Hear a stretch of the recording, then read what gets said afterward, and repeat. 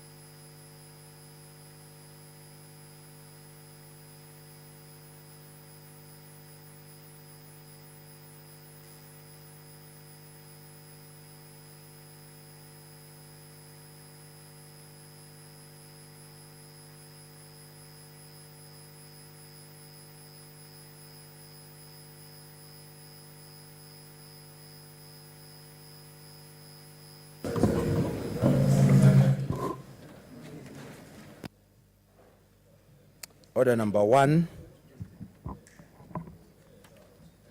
administration of oath.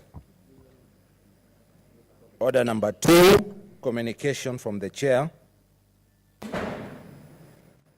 Order number 3, messages. Order number 4, petitions. Chairperson, Standing Committee on Health.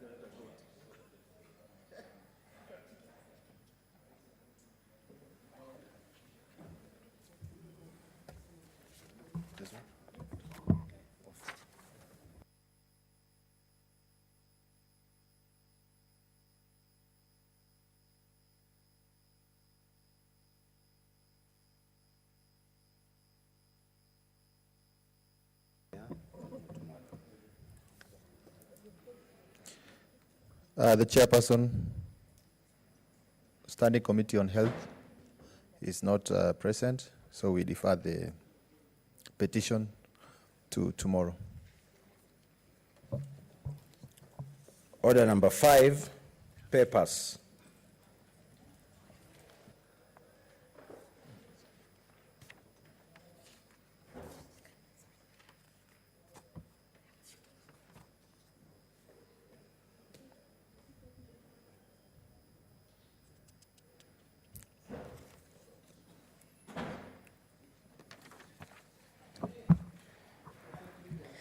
Mr. Speaker, sir, I beg to lay the following paper on the table of the Senate today, Tuesday, 23rd July 2019. Report of the 140th Assembly of the Inter-Parliamentary Union, IPU, and related meetings held in Doha, State of Qatar, 6th to the 10th of April 2019. Thank you.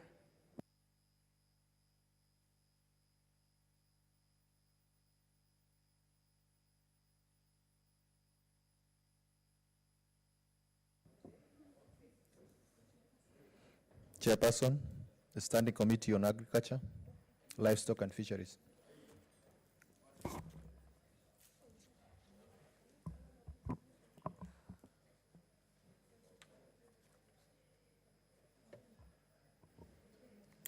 Thank you, Mr. Speaker.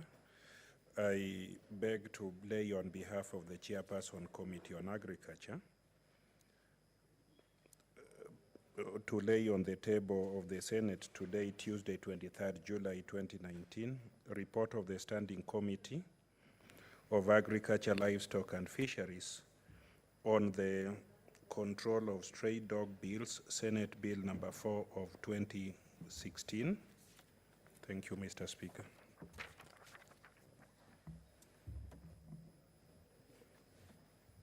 Next order. Order number 6.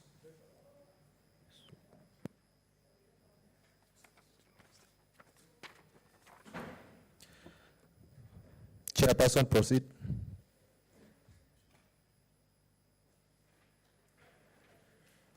Mr. Speaker, sir, I beg to lay the following paper on the table of the Senate today, Tuesday, 23rd July 2019.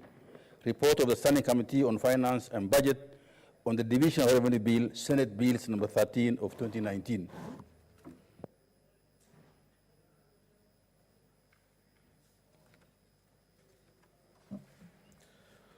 Order number 6, notices of motion.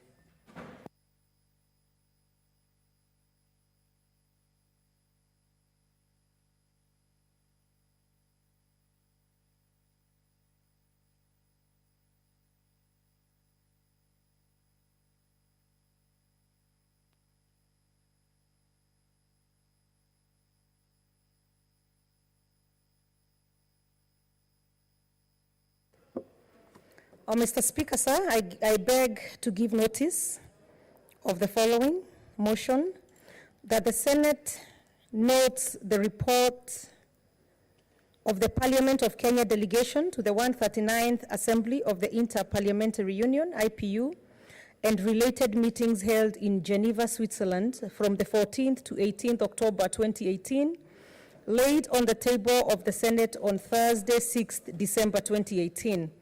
And the 140th Assembly of the Inter-Parliamentary Union and related meetings held in Doha, State of Qatar, from the 6th to the 10th of April 2019, laid on the table of the Senate on Tuesday, 23rd July 2019.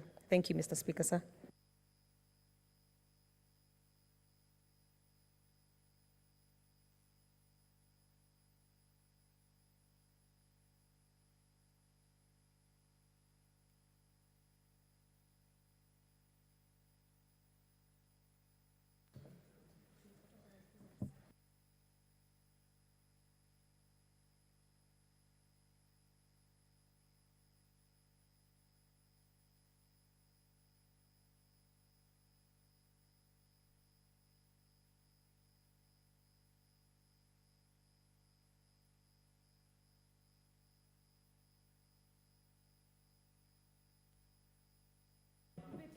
Next order. Order number 7, statements. Senator Mohamed Faki.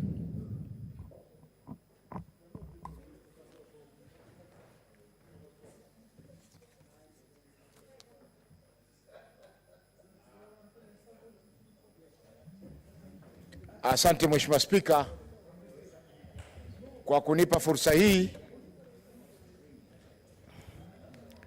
Nimesimama Mheshimiwa Spika kuambatana na kifungu cha 47(1) ya kanuni za bunge la Senate.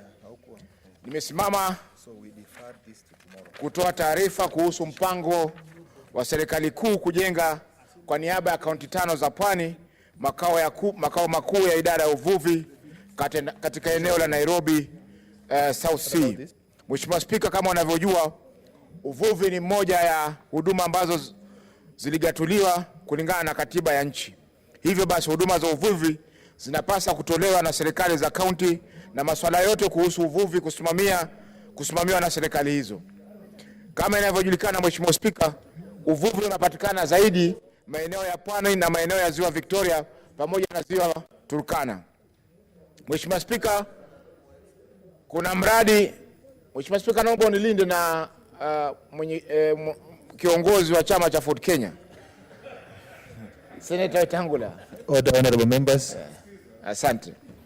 Kuna mradi Mheshimiwa Spika ambao unaitwa Kenya Marine Fisheries Socio-Economic Development Project, ambao mradi huu unasimamiwa na komiti ya Blue Economy na Kenya Marine Fisheries Institute.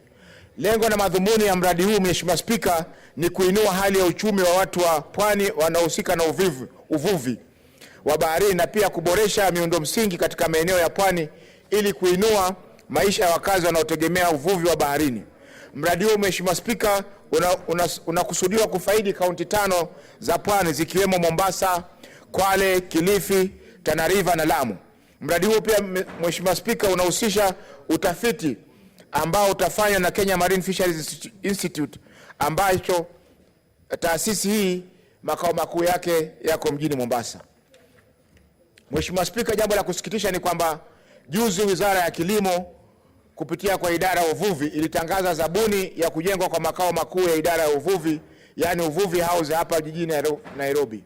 Ujenzi wa mradi huu Mheshimiwa Spika unafanywa chini ya usimamizi wa Wizara ya Ukulima na Uvuvi kupitia taasisi ya Kenya Marine and Fisheries Institute ambao makao makuu yake tayari yako jijini Mombasa. Ufadhili wa mradi huu Mheshimiwa Spika unatokana na Benki ya Dunia. Kuwekwa kwa makao makuu haya wa Nairobi Mheshimiwa Spika itakuwa ni hujuma kwa ugatuzi, kwani maswali ya uvuvi yaligatuliwa kikamilifu. Serikali Mheshimiwa Spika inapaswa kulinda kuu Mheshimiwa Spika inapaswa kulinda maeneo ya uvuvi ya nchi yetu ili asiingiliwe na wavuvi wa kimataifa. Mheshimiwa Spika, kaunti za Mombasa, Kwale, Tana River na Lamu pamoja na Kilifi ambazo zimekusudiwa zina ardhi ya kutosha kujenga makao haya na wala sio Nairobi, ambako itakuwa ni shida kwa wale wa uvuvi wahusika kuja Nairobi kutafuta leseni na mambo mengineyo. Hakuna sababu yote Mheshimiwa Spika ambayo inatilia nguvu kujengwa kwa makao haya Nairobi, kwa sababu uvuvi wote unafanyika katika Mombasa na maeneo yaliyokusudiwa na Banki Kuu ya Dunia ni maeneo ya pwani ambao ni Kwale, Kilifi, Mombasa, Lamu na Tana River. Iwapo makao yatajengwa Nairobi Mheshimiwa Spika, itakuwa vigumu na gharama kuu kwa wavuvi kutoka kwa mfano Vanga kaunti ya Kwale ama Kiunga kaunti ya Lamu kusafiri hadi Nairobi ili waweze kupata huduma katika ofisi za uvuvi. Mheshimiwa Spika, naiomba kamati husika ya Senate ichunguze jambo hili ili kuhakikisha kwamba makao hayo yanajengwa pwani kwa vile ilikusudiwa, na kwamba vile vile swala la uvuvi katika hizi kaunti zihusishwe kamilifu. Yaani kaunti zote Mheshimiwa Spika zihusishwe kikamilifu katika ujenzi wa makao hayo. Asante Mheshimiwa Spika kwa kunipa fursa hii. Senator Wario. Asante Mheshimiwa Spika kwa kunipatia nafasi hii. Mheshimiwa Spika, nimesimama wima kama milingoti unavyoniona bila kuyumbayumba ili kuweza kuunga mkono arifa ambayo iliyotolewa na seneta wa jimbo la Mombasa ya kwamba makao makuu ya uvuvi ijengwe huko pwani ya nchi hii. Mheshimiwa Spika, unavyojua ya kwamba uvuvi hufanyika katika sehemu ya bahari ya Hindi huko pwani ya Kenya hii, kama ziwa makuu kama vile ziwa la Victoria na ziwa ya Turkana, na pia katika mito mikuu kama mito ya Tana huko kwangu nyumbani. Mheshimiwa Spika, makao makuu ambayo yatajengwa katika mji wa Nairobi huko South Sea hakika itanyima utendakazi na hasa yale stakabadhi ambazo zinazohitajika na wavuvi katika sehemu ya pwani, kwa sababu Benki ya Dunia ilitoa pesa hizi na hasa ikaangazia Tana River, Mombasa, Kwale na pia Lamu, na sehemu hiyo iko na ardhi ya kutosha ya kujenga makao makuu. Tunaweza kupata ardhi ambayo inaweza kujenga makao makuu, maofisi ambazo zinaweza watu waende wachukue na waende kufanya kazi hiyo.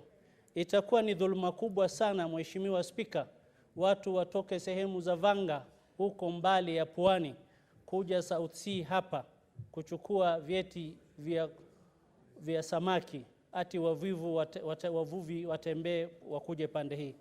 Na wavuvi wa sehemu hizo ni maskini kabisa, na wakati tutawapandisha tena gharama ya kutembea kuja Nairobi ili kupata stakabadhi muhimu ya kuweza wao kuvua, basi tutakuwa bado hatuja kuwasaidia. Mheshimiwa Spika, sisi tunasema kamati husika iweze kuangalia. Sisi kuja kulalamika wakati tayari ofisi zimejengwa na makao makuu yamejengwa. Saa hii ambao bado haijajengwa na wananuia kwenda kujenga, ndio tunataka kamati husika waangalie na waseme la sivyo, wacha tujenge huko pwani ya Kenya. Kuna haja gani tuende katika ugatuzi ya Kenya hii wakati mambo muhimu ambayo yanafaa sehemu tofauti kama vile pwani italetwa Nairobi? Sisi tuko katika majimbo na hizo majimbo ziko katika ugatuzi, na mambo lazima tuweke mahali ambayo inafaa, na pahali panapofaa ni huko pwani ya Kenya hii. Kwa hivyo, Mheshimiwa Spika, ninasema kamati husika iweze kuangazia hiyo maneno na mapema kabisa, ili makao hayo makuu yasiletwe hapa South Sea. Mheshimiwa Spika, mimi ninaishi huko South Sea. Huko niliangalia, nimeona dunia imejaa kabisa. Majengo yanaendelea hadi leo paka kesho. Na pia kama kutakuwa ni ujenzi ambayo itajengwa katika uwanja wa serikali, haina haja, wacha huo uwanja ujengwe vitu vingine muhimu ambayo inafaa Nairobi. Sisi tuko na dunia kamili ambayo tunaweza kupeana ili sehemu ya uvuvi ujengwe. Kwa hivyo ninaunga arifa ambayo inatolewa na seneta wa Mombasa, Seneta Faki rafiki yangu. Kwa hivyo ninaunga. Asante sana Mheshimiwa Speaker. Honorable Senators, for the convenience of the House, we proceed to order number 8 and later come back to order number 7.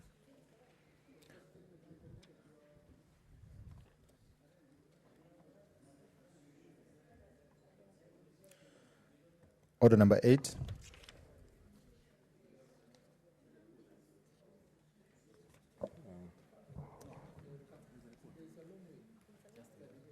Order number 8, the Division of Revenue Bill, Senate Bills number 13 of 2019, second reading.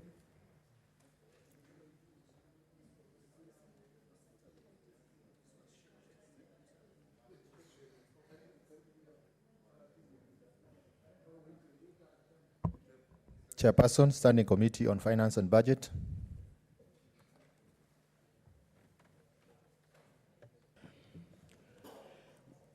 Mr. Speaker, sir, I beg to move that the Division of Revenue Bill, Senate Bills number 13 of 2019, be moved a second time.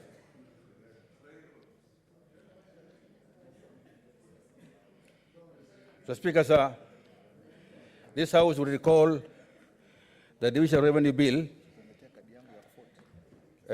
was earlier introduced in this House when it came from the National Assembly, and with amendment we sent it back, and thereafter they rejected our amendments, and the bill went to mediation, and mediation failed.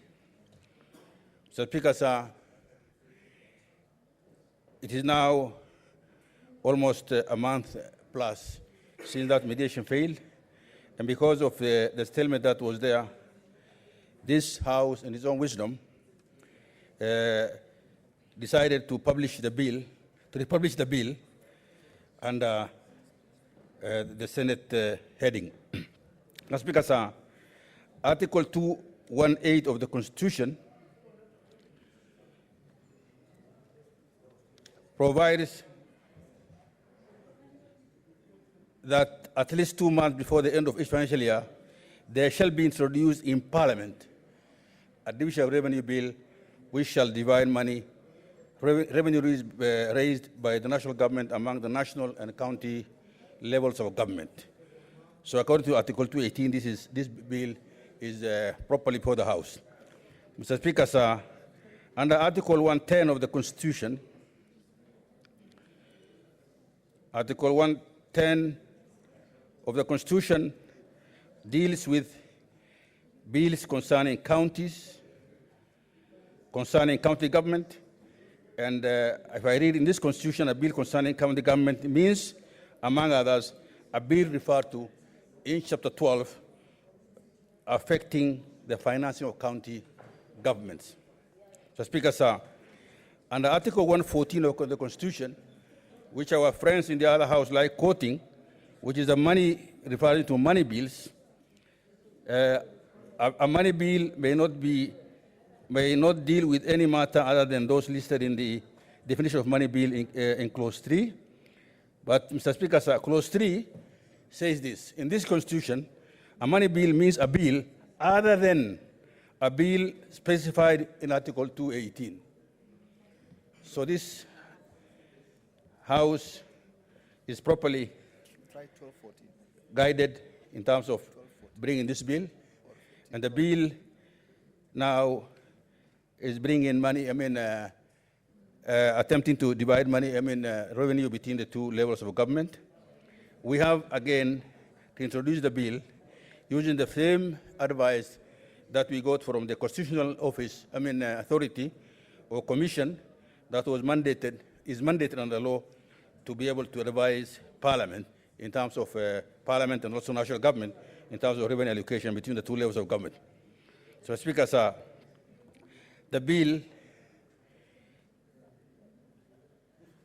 proposes to divide revenue between the two levels of government, as we put in the schedule,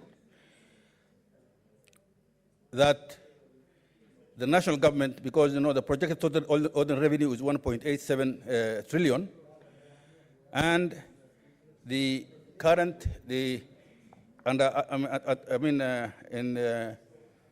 DORA 2018 and CARA 2018, the funding to the county governments were 314 billion, and we have used that as a base and adjusted that figure for inflation, 3-year average inflation of 6.9%. And this will now translate to 335.5 billion shillings for county governments. So, Speaker, sir, if we look at the thinking in Treasury when actually they brought the original bill, is that they wanted to reduce this to, purport to have reduced this to the 314 to 305, under what they call supplementary estimates in the last financial year, and supposed to have reduced by 9 billion shillings, which of course is illegal because DORA and CARA were not amended. So our base is 314. I think then the right figure is to actually move that forward, because services in counties are not stagnant, and at least allow for inflation so that we can take care of the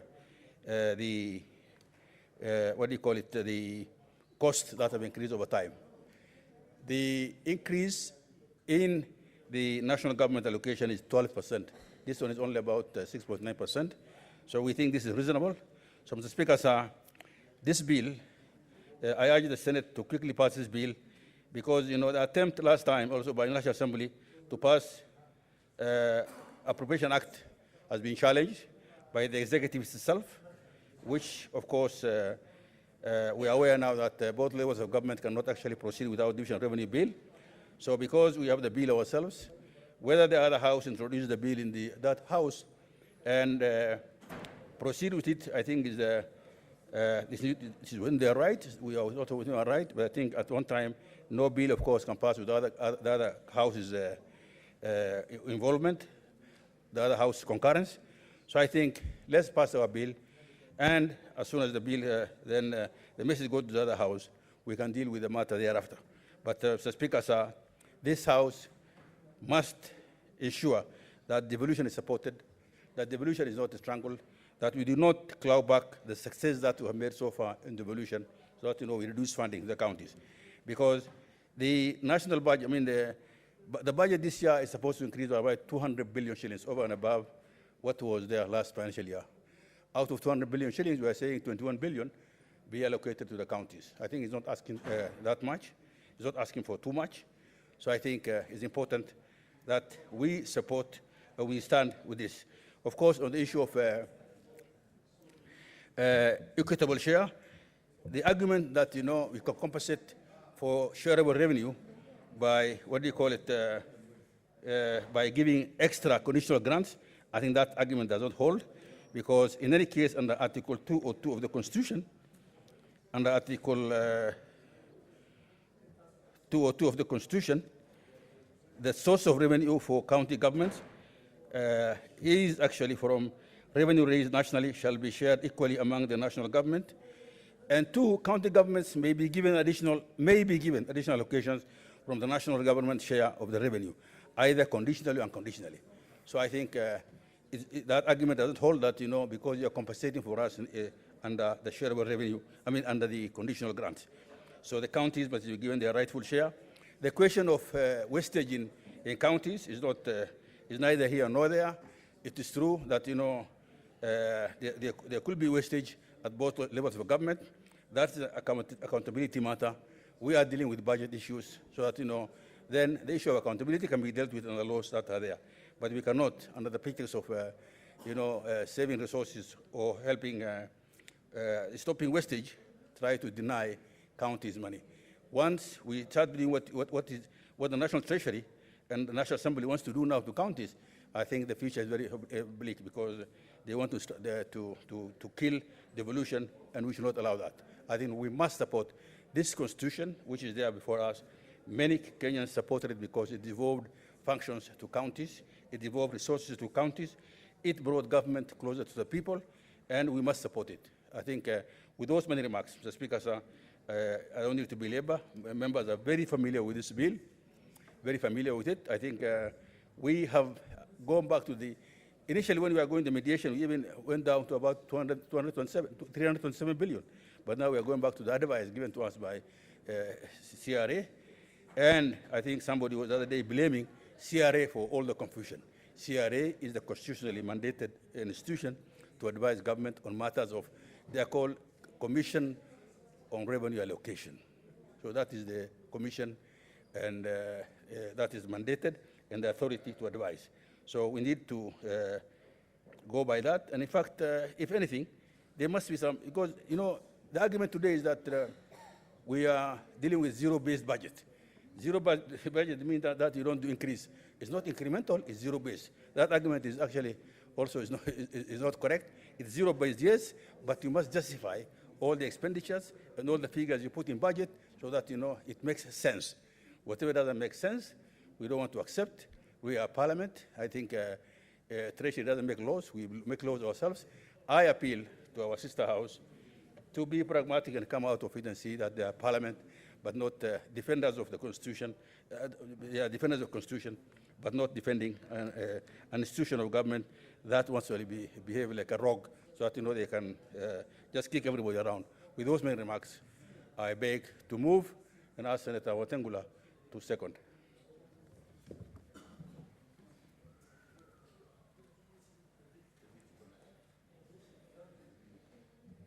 Thank you, Mr. Speaker. I beg to second the bill ably moved by the chair of our committee. Mr. Speaker, this is a matter we need not belabor, because it's a bill that is coming in its original form, like the bill we debated and passed in this House. No variables have occurred, Mr. Speaker. We as a House have resoundingly stated that even as we do not feel that the recommendation of CRA of 335 billion is adequate for counties in a budget of 3.2 trillion, but we have accepted it because it's a commission under the Constitution whose duty it is to advise on revenue allocation. Mr. Speaker, the developments that we have had between the two houses on the previous bills going to mediation and our colleagues coming to negotiate from a fixed position and then trying to play benevolence with the Senate is something that this House must stand together and resist. Because we are not here to defend counties on the basis of tokens and goodwill from the leadership in the other house. We are here to defend counties on the basis of justice, equity, and fairness. Mr. Speaker, as it is, even as a house, we have failed to discharge our responsibility in some way. I was telling my chairman that this House, perhaps, and the committee he chairs, needs to do costing, because we know the Constitution says resources must follow functions. We do costing of devolved functions like agriculture and how much money is retained at the headquarters. Devolved functions like water and how much money is retained at the headquarters. Devolved functions like health. You will find, Mr. Speaker, I did some calculations with support from some qualified accountant, and counties are being shortchanged a whopping over 700 billion every budget year. That is the kind of money that ought to be added to what we are talking about, to go to counties to help them and make them meet their constitutional commitments on agriculture, on health, on water, and all other devolved functions like forestry and so on. Mr. Speaker, this being a bill coming round two, so to speak, with the content the same, our attitude the same, our intention the same, our direction the same, and our commitment and resolve the same, we need not spend too much time on it. If we have sufficient numbers, we need to bring this to a speedy conclusion and vote on it so that we can be able to tell the country that this Senate remains and will always remain the first and last line of defense for devolution. And that is something we shall say and pronounce ourselves on without any fear or favor or prejudice to anybody. So, Mr. Speaker, I beg to second this important bill and urge members that the very reason that made us walk all the way to court to defend devolution and the status and stature of this House are the same reasons that we should unreservedly pass this bill so that we can be able to unlock the flow of resources to the counties. Indeed, Mr. Speaker, if it is true, like I hear, that the lower house has also reintroduced the bill with some strange figures, we don't know where they have come from, because we are keeping our fidelity to the Commission for Revenue Allocation recommendations. That's why our bill has 335 billion. Whatever figure they have put in their bill, where is the scientific genesis for that figure? Where have they gotten it from? Other than the arrogance of just saying, looking at the counties, we should give them this little or this much. That is not how to run a country, Mr. Speaker.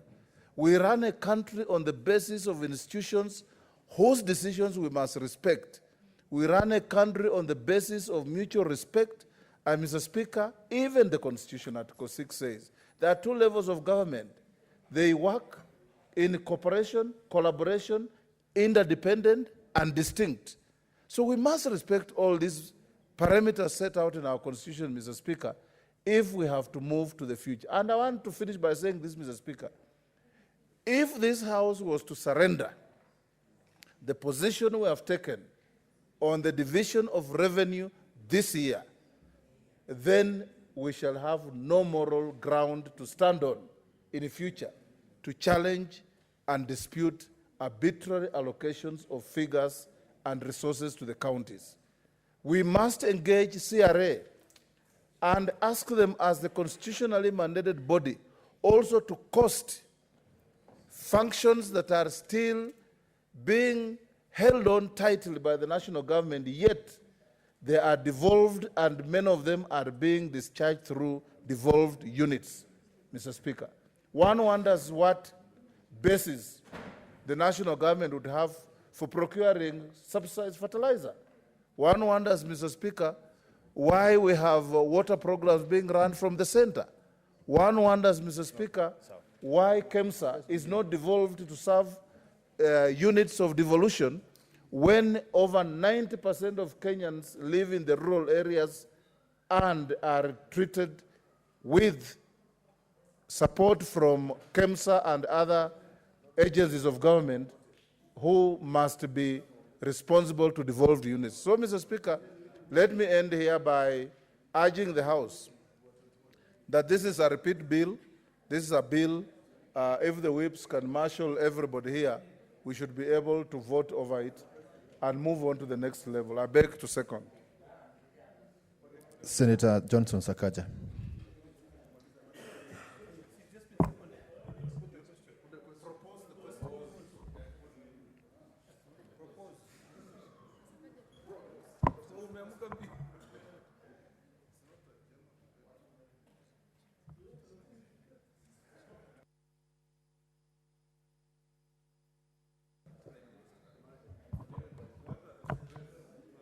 Honorable Senators, I propose the question, which is that the Division of Revenue Bill, Senate Bills number 13 of 2019, be read a second time.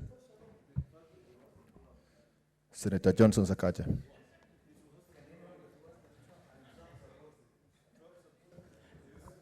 Thank you, Mr. Speaker. Mr. Speaker, first of all, allow me to congratulate my namesake, Boris Johnson, for being elected. It's my namesake. And my friend, for being elected British Prime Minister in the Conservative Party challenge today with 92,000 votes, where Jeremy Hunt got around 46,000. Mr. Speaker, on to this bill. I think not much needs to be said. This is something we've gone through as a House. And even as we wait to be ready to vote on it, I just want to point out a few things. Mr. Speaker, I sat in the mediation committee on this bill, together with the distinguished members led by the chair of the Committee on Finance and Budget. Mr. Speaker, there's a very disturbing attitude that we encountered, which is the same attitude that sometimes we fall prey into, Mr. Speaker, as Senate and even as county, governors, etc. Mr. Speaker, the notion or the idea that devolution is a favor being done to counties by the national government must be debunked, Mr. Speaker. Mr. Speaker, the idea, in fact, fundamentally, and I've heard it as what part of the pleadings in the court, the idea that the amount of revenue that is sent to the county governments has come from the national government is a fallacy. The Constitution is clear. Revenue raised nationally is divided, some part to the national government and some part to the county government. It is not that the county government is being given money by the national government. It is that money has been raised nationally that is being divided. In fact, in the division of revenue, even the national government is getting its share of what has been raised nationally, Mr. Speaker. And so, it is then impossible, Mr. Speaker, for any other aspect or any other part of the budgeting process to go on. We'd sit there and hear members saying, okay, you want us to increase it, where is the money coming from? Yet we have done the national budget. The national government has no standing to actually do its own budget until it has been told, from what we have raised nationally, this is what we give to you. So you cannot do appropriation the same way the counties cannot do appropriation. You cannot be able to budget before you know how much you have from that division, Mr. Speaker. And Mr. Speaker, that is a point that must be made very strongly, even as we look the PFM Act. Number two, and I think Senator Wetangula has spoken about it. Because of this attitude, Mr. Speaker, there's the notion that counties and devolved units should not get, that is not parliamentary, should not get additional resources, Mr. Speaker, because there is corruption in the counties. Mr. Speaker, if you look at the entire allocation that goes to the counties, it is less or just about 10% of the national allocation. You're talking about 3 trillion. If there is corruption in the counties, what can we say about the national government? The people today in the dock are national government officers. We have a cabinet secretary. We have a principal secretary. But to say that let's not give counties money because there's corruption is cutting off your nose to spite your face. It is a defeatist, self-defeatist argument, Mr. Speaker. So, Mr. Speaker, as a Senate, and I want to congratulate members for standing strong. You will be remembered for standing strong for devolution, for marching to the court so that the court can pronounce itself on these constitutional matters. Mr. Speaker, we must, and me leading as the local senator, Mr. Speaker, we must stand firm and we must make sure we protect our counties. If you look at the amount of money we got to, Mr. Speaker, because the county governments are just, the National Assembly is just pulling out numbers from the air, 310, 314, 318. Mr. Speaker, we had gotten even to 327, which was the last amount that counties got at 314 billion, plus just 4% co-inflation, which makes it 327 billion. We were being reasonable, Mr. Speaker, in the previous bill. So now we stick to 335 billion that has been proposed by the by the Division of Revenue Bill, by the CRA that came to us, and we are sure, Mr. Speaker, that this time leadership must prevail. You cannot get ahead while trying to get even. We shall reason with our colleagues when they are ready to reason and bring a figure that is scientific, that is informed by the cost of devolution, and that, Mr. Speaker, will strengthen our devolved units. Thank you very much, Mr. Speaker. I see we have numbers. Senator Ochilo Ayako.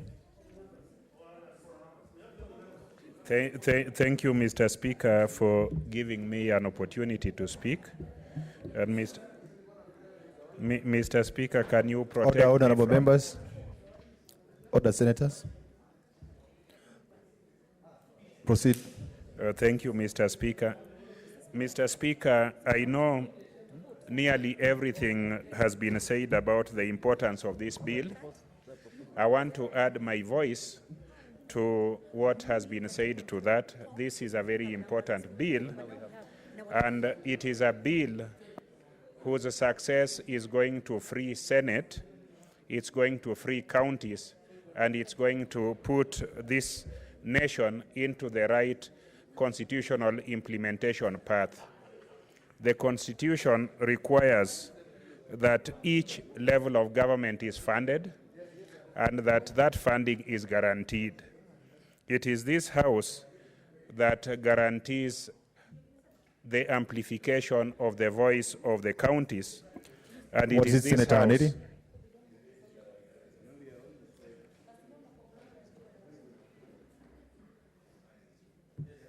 Thank you, Mr. Speaker. I'm on a point of order. I had to interrupt my good friend and namesake. But, Mr. Speaker, the contents of this bill are well known to all of us. We know what we are seeking for. We do not need to belabor the point. The figures that the chairman has put on the table are scientific, given by the body that is mandated in the Constitution to advise on such matters. And therefore, Mr. Speaker, I want to request you to call the mover to reply so that we can halt debate and finish this bill immediately. To put the question, to put the question. Order, honorable senators. I now put the question whether the mover should be called to reply. Will as many as of that opinion say aye? Will as many as of the contrary say nay? The ayes have it.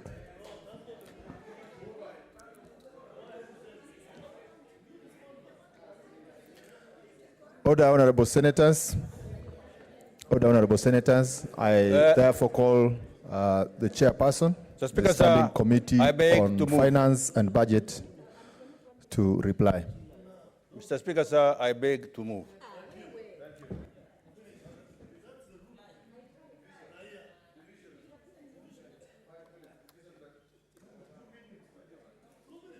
I just proposed, I now put the question.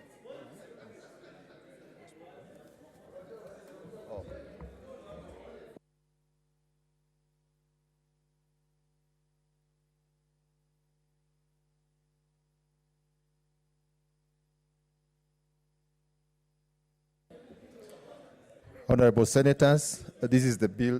This is a bill that concerns counties, and we are going into division. I order the division bell be rung for 2 minutes.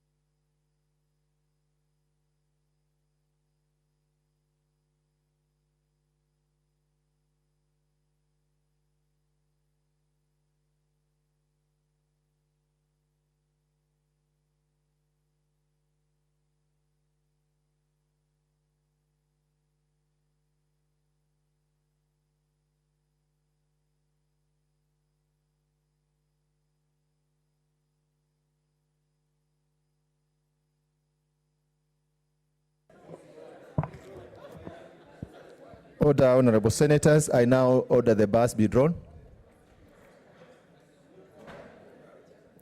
and doors closed.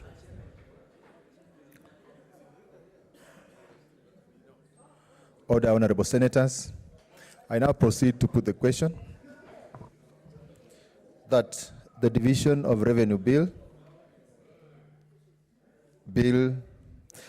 Senate Bills number 13 of 2019 be now read a second time.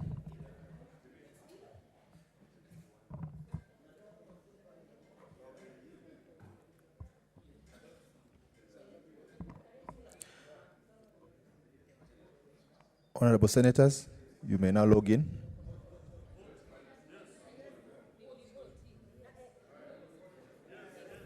Vote now.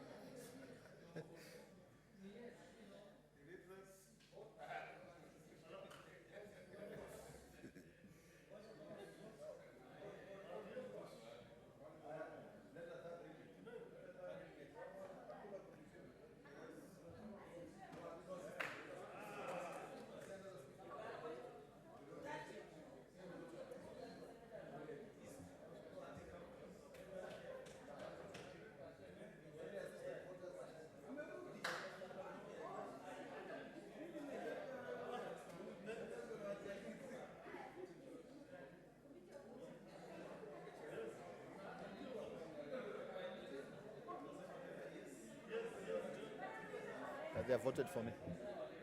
Susan.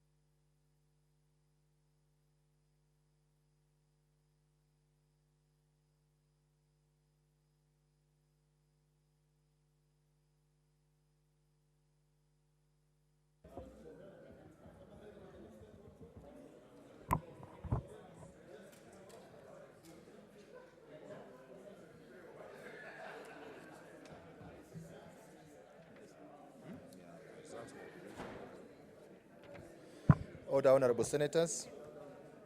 Order, honorable senators. These are the results of the division. Ayes 30, nays 0, abstention 0.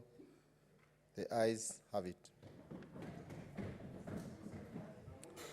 A bill for an act of parliament to provide for the equitable division of revenue raised nationally between the national and county governments in the 2019-2020 financial year and for connected purposes.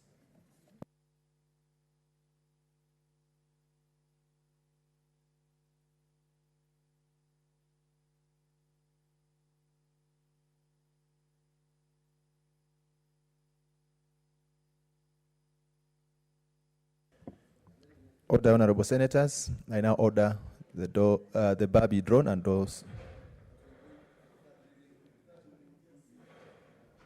opened. Okay.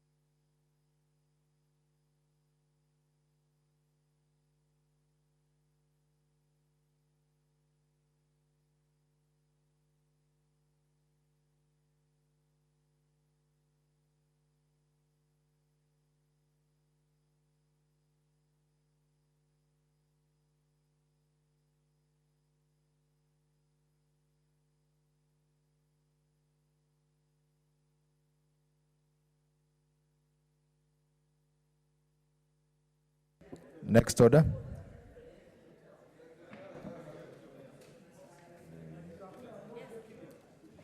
Order number 9, Committee of the Whole.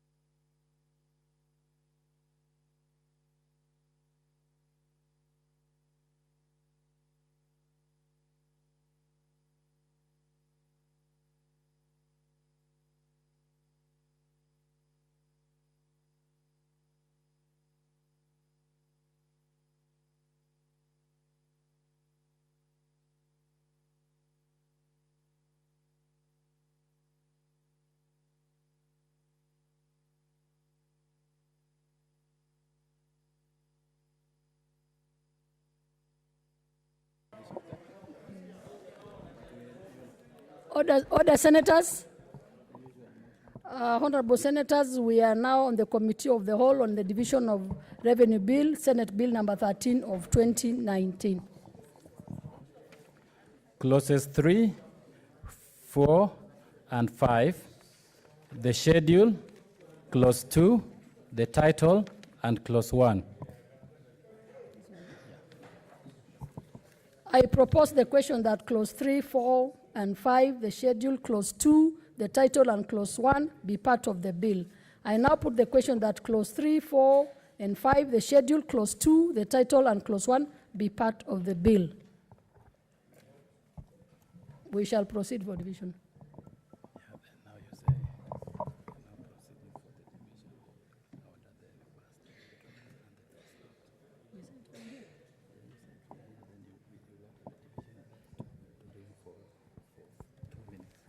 So we shall proceed for divisions. I now order that the bars and the doors, the division bell be rung for 2 minutes.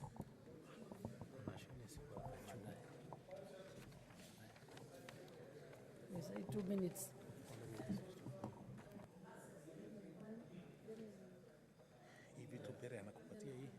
How long can we give these children? We want to release them. You know, the division. Yes, it will take how long? Maybe 10 minutes. But So they they want can to wait. speak.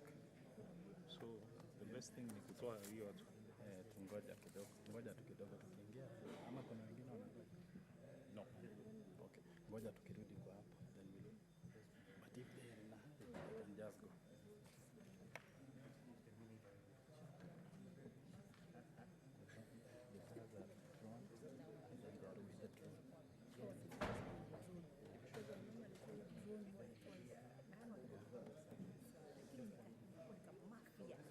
We will, we will have one division now, and then the next division in plenary. At plenary.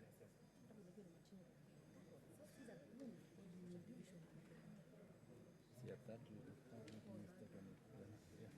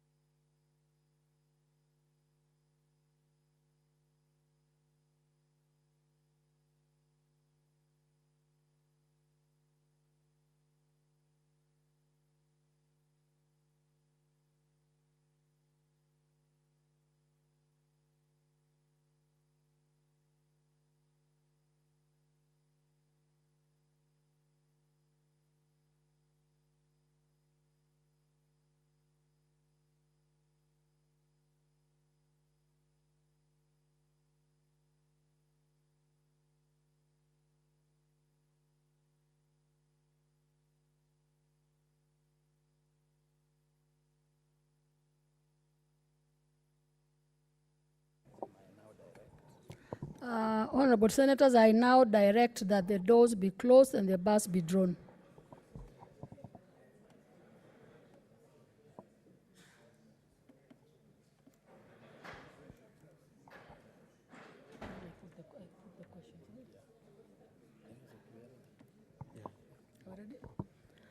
I now put the question that clause 3, 4, and 5, the schedule, clause 2, the title, and clause 1 be part of the bill.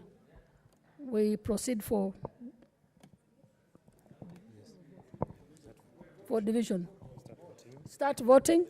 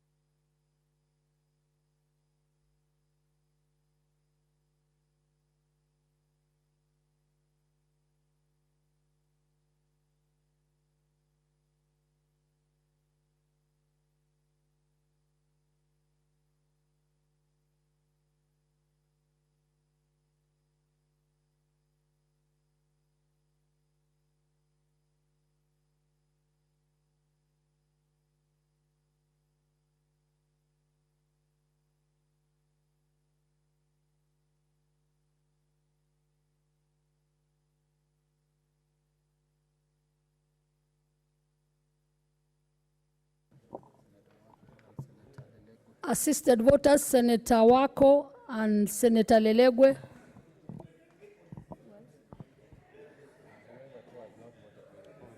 Oh, he's voted. No, he's okay. He's voted. Senator Legwe has voted.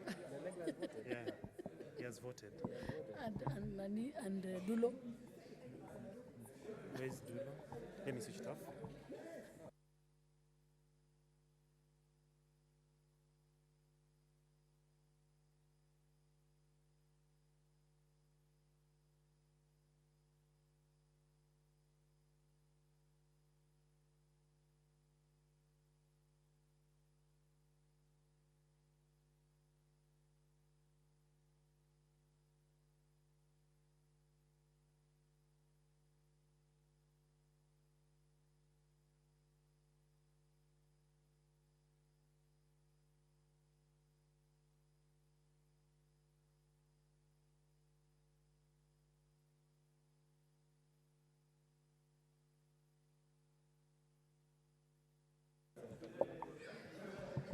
Senator Dulo.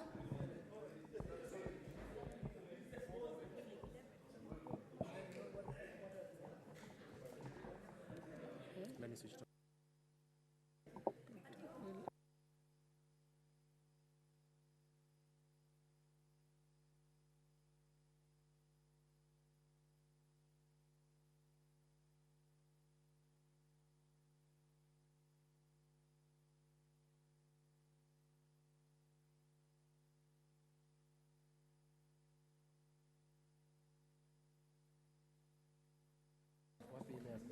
Chair. Okay. Chairperson.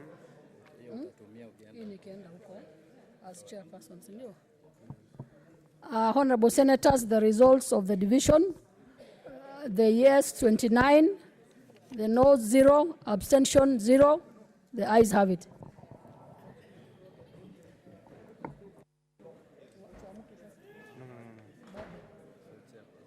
Call the mover. Who is the mover? Chair of Finance and Budget. I now call upon the mover, Chair of Finance.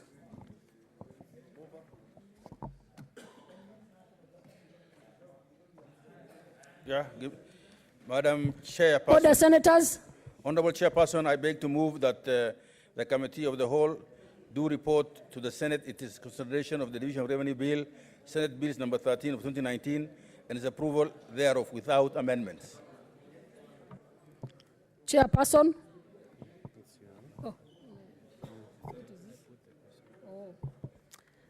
I put the question that the committee do report to the House its consideration of the Division of Revenue Bill, Senate Bill number 13 of 2019, and its approval thereof without amendments. As many of that opinion say aye. As many as of the contrary opinion say nay, the ayes have it.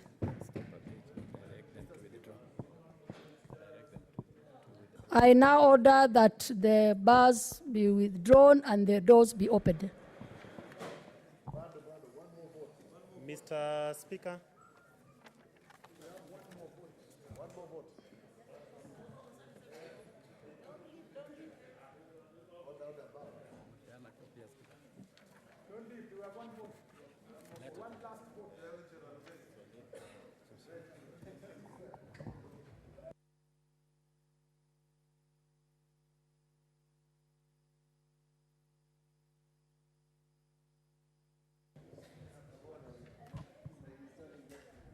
Chairperson.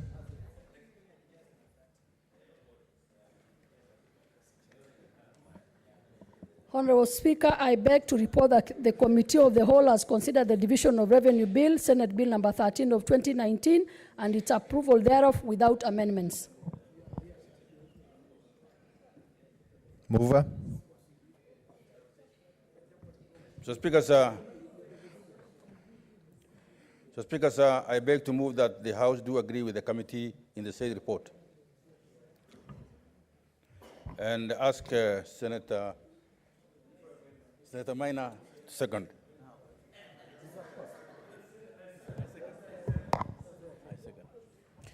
Okay, Mr. Speaker, I second. No, I want to add something.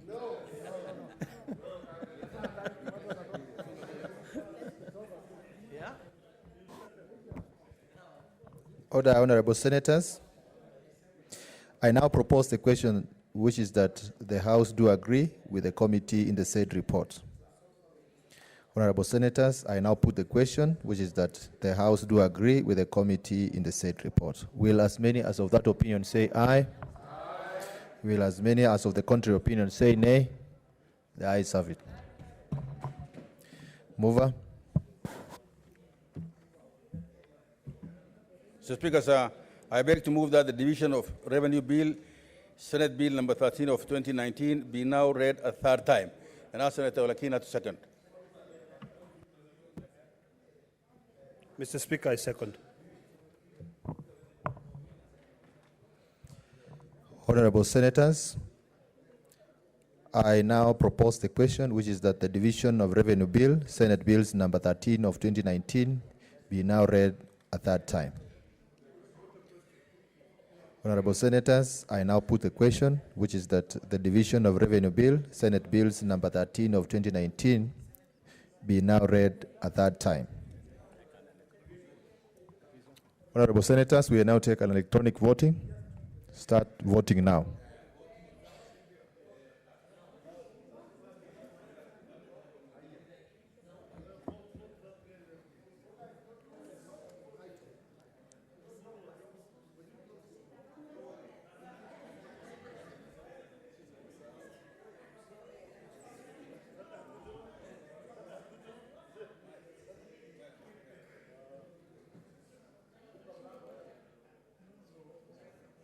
Order, honorable senators. Order, honorable senators. I direct that the doors be locked and bars drawn.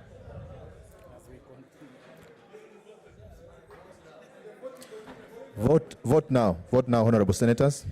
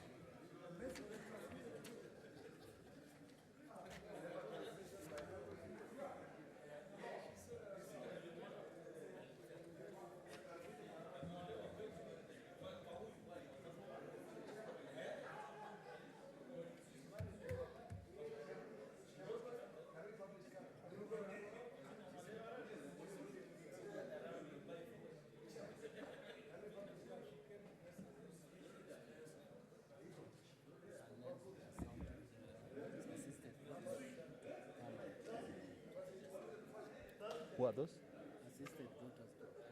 Who are those? They know they know themselves. Assisted voters, kindly approach the clerk.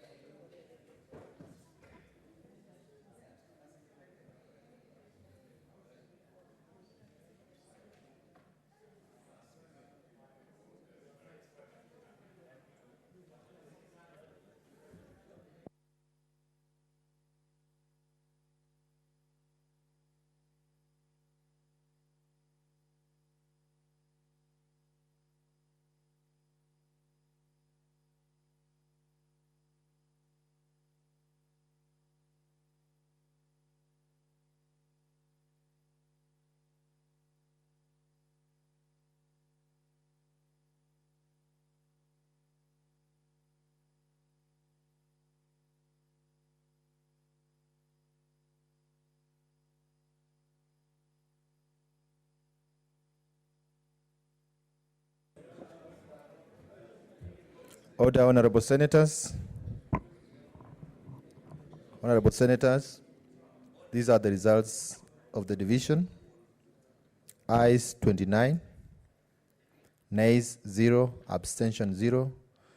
The ayes have it. A bill for an act of parliament to provide for the equitable division of revenue raised nationally between the national and county governments in the 2019-2020 financial year and for connected purposes.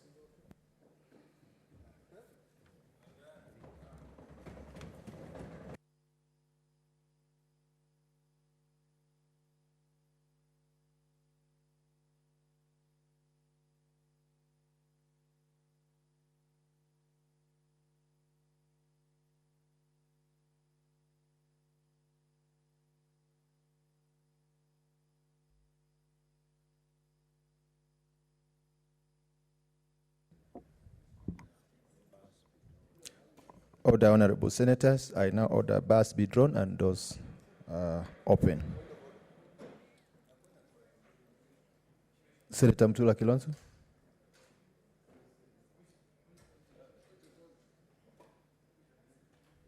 Speaker, this is an unusual request now that we are in session, that due to the urgency of this matter, we would request that this message be transmitted to the National Assembly by 4:30 p.m. Thank you. Senator Kipchumba Murkomen. First of all, the Speaker, thanks, Senator. Senator Mutula is telling me ongeza volume. The Speaker, for a pastoralist like you, that means something in Nairobi. It may not mean something in Samburu, but it means something here in Nairobi. It means, Mr. Speaker, if somebody likes something, he says, you know, you continue saying the same. And Mr. Speaker, I want to, first of all, congratulate our budget committee for moving expeditiously to publish this bill and to carry out the necessary procedures that have ensured that this bill has been introduced in this House. And I want to thank the senators for their enthusiasm in fighting for devolution. And Mr. Speaker, this bill demonstrates our commitment as a Senate towards the support of county governments and proper resourcing of county governments, Mr. Speaker. Mr. Speaker, I am hoping that this bill is transmitted, like Senator Mutula Kilonzo Jr. said, by 4:30 to the National Assembly, which is not very far from here, Mr. Speaker. We will not waste a lot of time to transmit that message. I know the Speaker is in his office, and the team that works with the Speaker are ready and prepared so that this bill goes to National Assembly today. And if they have the same enthusiasm that you have shown in the Senate, we believe, Mr. Speaker, by 4:30 tomorrow, the people of Kenya will see a new Division of Revenue Act, Mr. Speaker, to be taken to the President by 5 p.m. so that the people of this country and the counties can get their money, Mr. Speaker. Mr. Speaker, I know there are concerns out there that maybe National Assembly is thinking of another figure. But, Mr. Speaker, I am praying that, Mr. Speaker, the Holy Spirit will visit the National Assembly, Mr. Speaker, speak to the members of National Assembly, Mr. Speaker, and like Saul, Mr. Speaker, turn their way from being sold to Paul, Mr. Speaker, so that this country can get the proper resourcing of county governments. And I want to remind everybody in the nation, there is no need to use excuse or that money is going to be stolen in the county, therefore it must be little. Mr. Speaker, allegations of corruption are in both levels of government. Allegations of corruption, in fact, at the national level of government is more serious, Mr. Speaker, because we are talking about a huge and bigger kitty.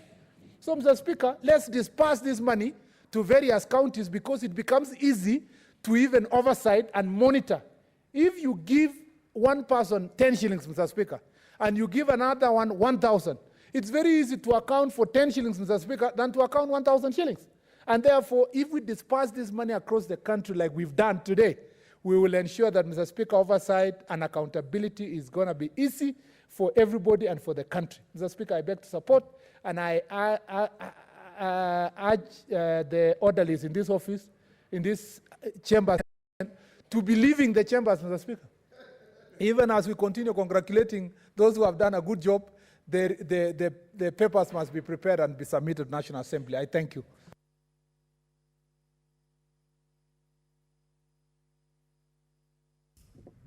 Senator Ledama Olekina.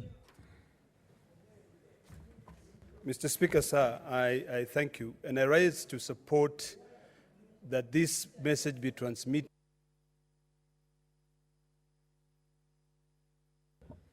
Mr. Speaker, sir, today we make history in this House as the true defenders of devolution. And we want Kenyans to know that if the National Assembly delays in considering our bill, they'll be the ones denying the money. This is a time when the House of Union and the House of Reason, which is this House, and I'm quite happy to see the clerk walking, getting ready to go and do what we've asked him to do. In fact, we should even escort him, you know, so that we can be able to show Kenyans that we mean business. So, Mr. Speaker, sir, I want to congratulate all my colleagues, and I thank you for standing up for devolution, and I thank you for standing up for Kenyans.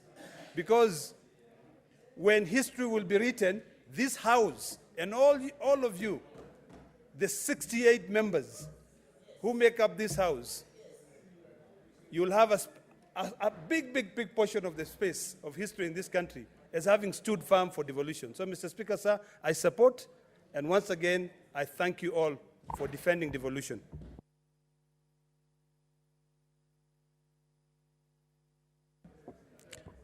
Order, honorable senators, we now proceed to order number 7. And in order number 7, we are on statement by Senator Mohamed Faki. And so we proceed to the next statement.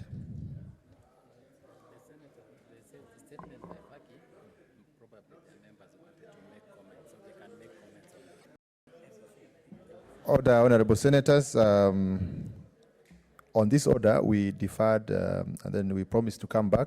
So I think there are senators who will wish to make their comments on the statement.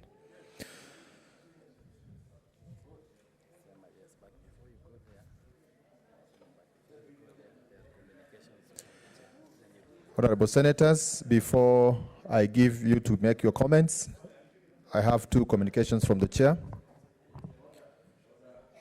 Honorable senators, communication from the chair on the visiting students and teachers from Kibisi Primary School, Kiambu County. Honorable senators, I would like to acknowledge the presence in the public gallery this afternoon of visiting students and teachers from Kibichoi Primary School, Kiambu County. Our usual traditions of receiving and welcoming visitors to Parliament, I extend a warm welcome to them, and on behalf of the Senate and on my own behalf, wish them a fruitful visit. I thank you. Honorable senators, I would like to acknowledge the presence in the public gallery this afternoon of visiting students and teachers of Kiwaiguru Primary School, Kiambu County. Our usual traditions of receiving and welcoming visitors to Parliament, I extend a warm welcome to them, and on behalf of the Senate and on my own behalf, wish them a fruitful visit. I thank you. Senator Stewart Manzai.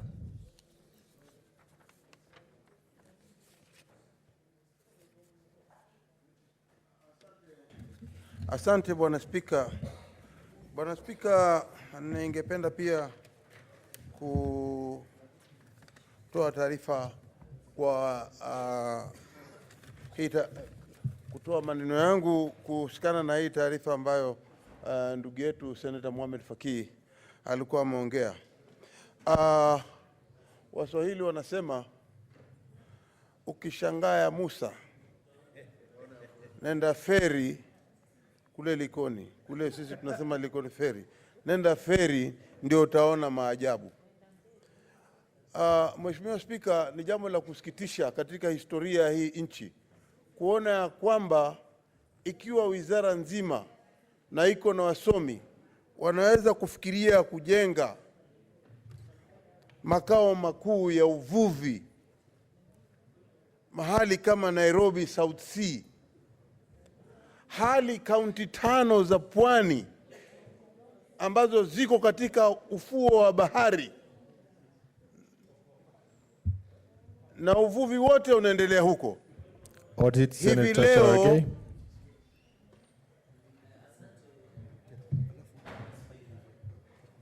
Asante Bwana Spika, singependa kuzuia rafiki yangu Jaji Senator Madzayo, lakini nilikuwa nashangaa kwa Kiswahili methali ukistaajabu ya Musa utaona ya Firauni, lakini nimesikia ukistaajabu ya Musa utaona ya Likoni, ya feri ya Likoni. Sasa nimechanganyikiwa kidogo, labda kuna wamebadilisha msemo ya metali ama namna gani? Asante Bwana Spika. Asante Bwana Spika. Nafikiria tafakari yake yeye hawezi kuelewa misemo ya wale watu wanaotoka pande za pwani. Kwa hiyo mambo ya Firauni, mambo ya bahari ambayo ina watu kivukisho ni feri, watu pengine inaweza kuwa Kiswahili hicho kimempita na juu, lakini namshukuru sana. Kwa hiyo nilikuwa natangulia kusema ya kwamba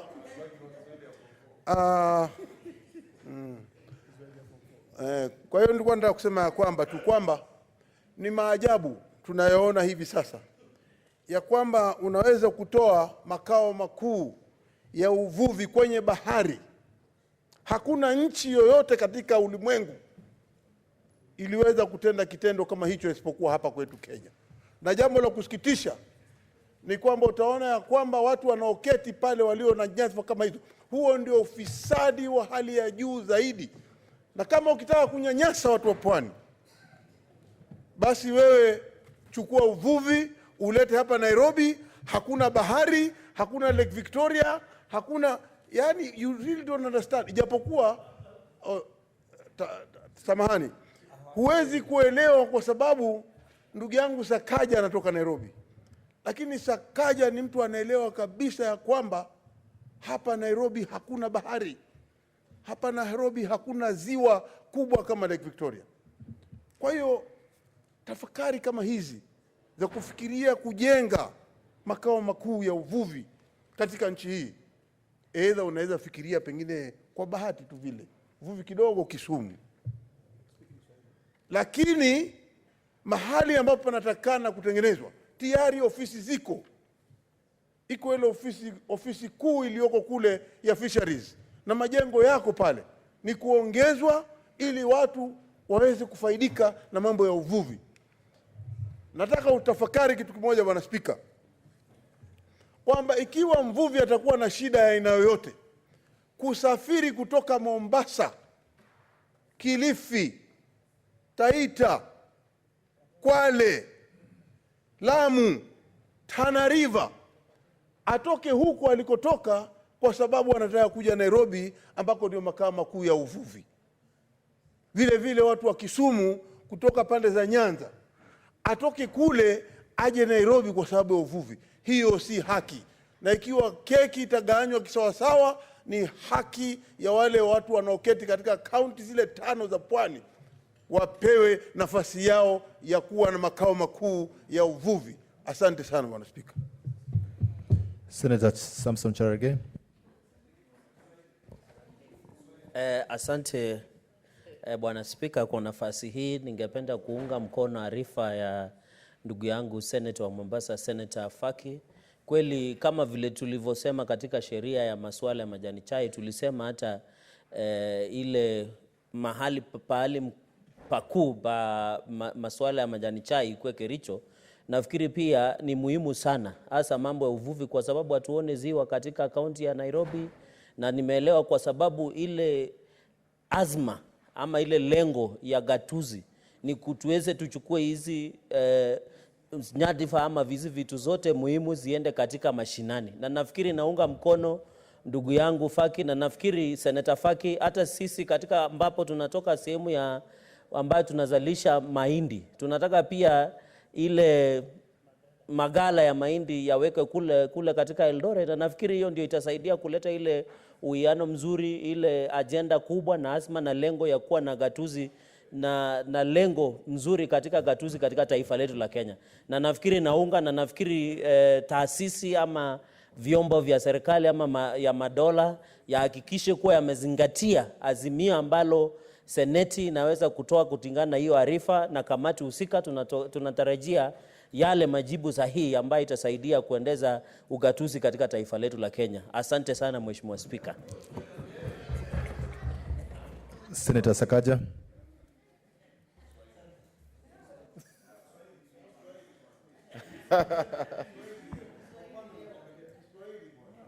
Bwana Spika, wenzangu wananisii nizungumze kwa Kiswahili, na wajua ya kwamba mimi ni gwiji katika mambo ya Kiswahili ambayo ni sanifu, na pia katika utohozi ama kuongea mambo ya ufafanuzi na falsafa ya Kiswahili. Bwana Spika, acha niseme hivi. Ndio mimi ni senator wa Nairobi, na ni kweli nimezaliwa mjini Nairobi, na hata wakati ambapo tulijaribu kuvua samaki, wale ambao tulikuwa tunapata ni wale vyura wadogo au kwa Kiingereza tadpoles katika ziwa Nairobi River, na Senator Mtutu atakueleza kule Kericho pia ilikuwa ni hivyo. Bwana Spika, kwa kawaida senator atakuja kutetea jimbo lake, kusema kwamba idara hii ama taasisi ibaki kwake. Lakini mimi kama senator wa Nairobi, kwa sababu naienzi taifa letu, na pia mimi naamini ya kwamba lazima tuwe na ugatuzi haswa ambayo ni ugatuzi wa ukweli na wa haki. Bwana Spika, wale ambao wamefikiria ya kwamba watazindua ama wataleta ofisi ya halmashauri ya mambo ya uvuvi Nairobi, nafikiri wamepoteza kabisa. Na nitaomba ya kwamba wafikirie tena. Tuko na majimbo ambayo kuna uvuvi, tuko na majimbo ya pwani kama wenzangu vile wamesema, tuko na majimbo ya kule ziwa Victoria, Kisumu, Migori, Siaya, tuko na Turkana County. Iwe ya kwamba katika taifa letu kama kuna jambo ambalo lina umaarufu katika sehemu fulani, kwa mfano kama ni mambo ya kukuza majani chai, tuangalie majimbo ambayo yako katika maeneo ya majani chai. Kama ni mambo ya michezo, kwa mfano mbio, tuangalie zile jimbo za Nandi, West Pokot na Elgeyo Marakwet. Bwana Spika, ningependa kumsihi ndugu yangu senator wa Mombasa, kwa sababu hili hoja ambalo ameleta au taarifa ambalo ameomba ni taarifa ambayo haifuatilizwi kwa kamati ya bunge ya Senate. Ningemwomba ailete kwa njia tofauti, kwa njia badala, ili iwe ni jambo ambalo kama ni kamati ya mbadala, kama ni kamati ya ukulima, waweze kualika waziri na katibu mkuu wa wizara ya ukulima, ili waweze kusema kinaga ubaga nini ambao wanajaribu kufanya. Masipofanya hivyo itakuwa ni kama tu tumezungumza, na ni kama tumepaka mafuta kwa mgongo wa chupa, ama tumechezea mbuzi gitaa. Bwana Spika, asante. Senator George Ochila yako. Thank you, Mr. Speaker. I will not use Kiswahili. No, Mr. Speaker, I'll not use Kiswahili. Thank you, Mr. Speaker. Mr. Speaker, this is a very important statement, and I'm speaking here in three capacities. As senator from Lake Victoria, Migori County, we have a beautiful lake there, and we have neighboring lakes, and we are fisher people by practice, by behavior. We know how to live with fish, and fish also knows how to live with us. Now, I want to appreciate the importance of this statement and congratulate my brother, Senator Faki, and also Senator Judge Madzayo. What I hear them saying is that we want resources devolved to where activity is. What the issue that is being debated here is about construction of a building. I do not think that the construction of a building is what we are fighting over. In fact, Nairobi should have just a coordinating office. Nairobi should have the ministry, But we want to see both operational matters and substantive matters in the counties that are responsible for fishing. We want to see something important going on in Mombasa, in Kilifi, in Kwale, and in Tana River.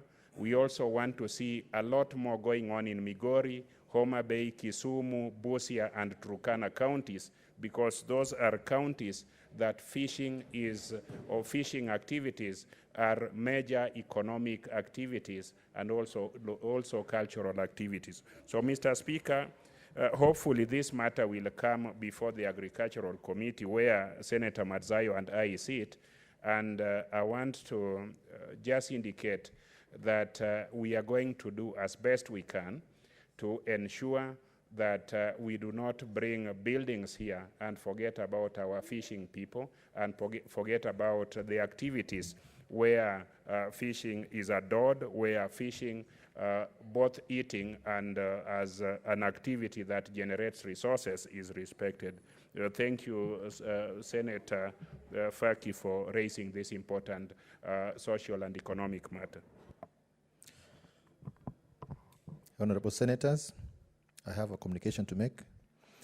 I would like to acknowledge the presence in the public gallery this afternoon of visiting students and teachers from Calvary Baptist Academy School.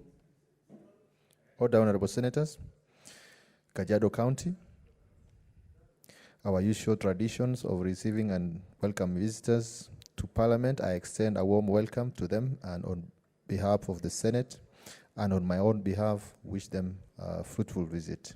I thank you. Calvary Academy, Senator Pareno.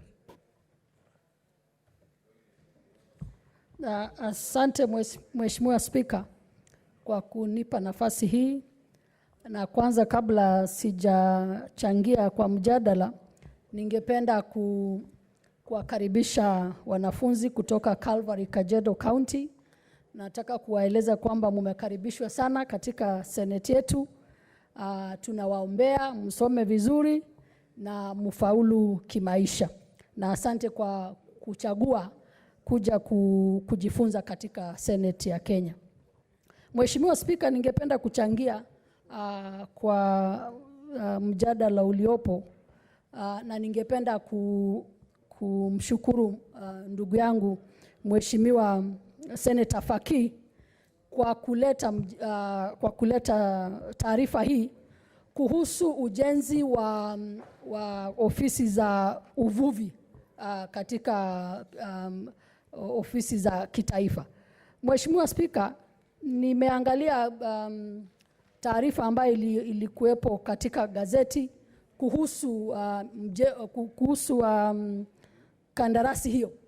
Na Mheshimiwa Spika, imebainika kwamba kuna wafadhili ambaye ni World Bank walijitokeza wakaamua kufadhili mambo ya uvuvi katika kaunti ya Kwale, Mombasa, Kilifi, Tana River na Lamu. Mheshimiwa Spika, itakuwa maajabu kwamba World Bank watajitokeza kufadhili kaunti 5 ama kufadhili uvuvi na kuinua maisha ya wavuvi katika kaunti hizo 5, alafu serikali ya ngazi ya juu ama ya kitaifa iamue kwamba hela hizo ambaye ni ya wafadhili itubike katika kujenga ofisi Nairobi. Mheshimiwa Spika, hiyo ni kudhulumu. Mimi ninaona kwamba haifai kabisa, na katika katiba yetu wa mwaka 2010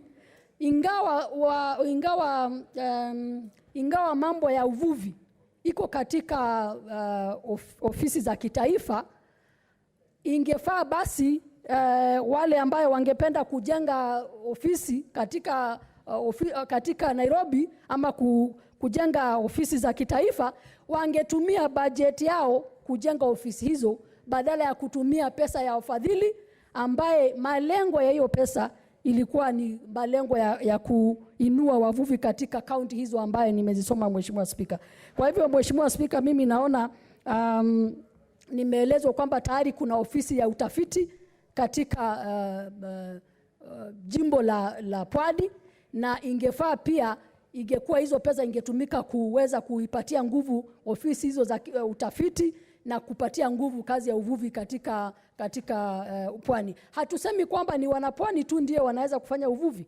Tunajua wale ambao wako katika ziwa la Victoria pia wanafanya uvuvi. Lakini haifai kwamba msaada ambao ulilengwa, malengo yake ilikuwa ni kaunti za pwani, urudishwe kupelekwa katika ofisi za Nairobi. Kwa hivyo Mheshimiwa Spika, hiyo tunalaani, na ningependa komiti ambaye inashughulikia hiyo iangalie kwamba hela hizi ambaye ni ya wafadhili iwe imetumika kikamilifu na kwa njia ambaye walikuwa wameamua itatumika. Asante Mheshimiwa Spika. Senator Boy Isajuma. Asante sana Mheshimiwa Spika kwa kunipa fursa hii. Kwanza natoa shukurani kubwa kwa Mheshimiwa Senator wa Mombasa, Senator Faki kuleta statement hii hapa. Kusema la kweli Mheshimiwa Spika, hili ni jambo la kusikitisha sana. Lasikitisha sana kwa sababu kama unavyojua uvuvi haswa kabisa katika sehemu yetu hii ya nchi yetu tukufu ya Kenya inatokea sana upande wa pwani na upande wa huko sehemu za Nyanza na Turkana. Ni jambo la kusikitisha pia kuona kwamba makao makuu ya hizo ofisi zitajengwa hapa Nairobi. Mheshimiwa Spika, kusema la kweli, ukiangalia wewe mwenyewe jambo kama hili wakati kama huu ambapo uvuvi haswa kabisa kama kujengwa kweli hizi ofisi, basi Mheshimiwa Spika, tuangalie kililai na kihaki, either ni kwetu pwani kujengwe au sehemu za Turkana au sehemu za ziwa za Lake Victoria. Mkiongezea hivi sasa kuna kiwanda cha samaki kinajengwa sehemu za Shimoni. Kiwanda chenyewe ni kikubwa, kinajengwa na watu kutoka China. Kiwanda hichi ni kikubwa ambacho samaki wanashikwa, wakishapatikana wa samaki watawekwa kwenye cold storage, watasafirishwa kupelekwa nje. Angalia mradi mwingine pia unaendelea sehemu za Shimoni, unaendelea sehemu za huku sehemu za Mtwapa, sehemu za Kilifi, na hawa wavuvi kesho wakiwa na shida watakwenda kukimbilia ofisi gani? Hakuna ofisi nyingine isipokuwa karibu, ni wapi? Itakuwa ni pale kama sehemu za pwani. Kwa hivyo Mheshimiwa Spika, mimi naunga mkono statement iliyoletwa na Mheshimiwa Faki, na tunataka hii kamati ambayo itahusika kuchunguza hii shida waangalie kililai kabisa hili jambo, na ilifikia vipi hata uamuzi ukatokea kwamba hii headquarters ijengwe hapa Nairobi. Waangalie haki kabisa na tuoneshe sisi vipi ilifika kwamba Nairobi ndio pahali patatengenezwa hii headquarters. Mheshimiwa Spika, sitaki kusema mengi, bali mimi namuunga mkono sana hii statement iliyoletwa na Mheshimiwa Faki na tunaunga mkono. Kwa hivyo hao walikuwa waliopanga hiyo njama ya kufanya hiyo mradi hapa Nairobi, Mheshimiwa Spika, sitaki kusema mengi, lakini ukweli utajulikana. Asante sana. Shindwe sana. Order, Senators.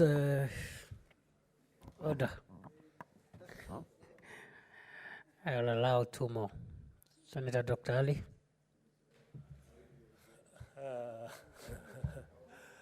Thank you, Mr. Speaker.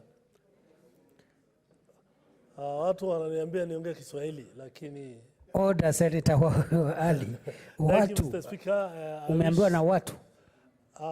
Maseneta wenzangu anasema niongee Kiswahili, na mimi naweza kuambia ya kuwa mimi pia naelewa Kiswahili. Ya sanihi kabisa.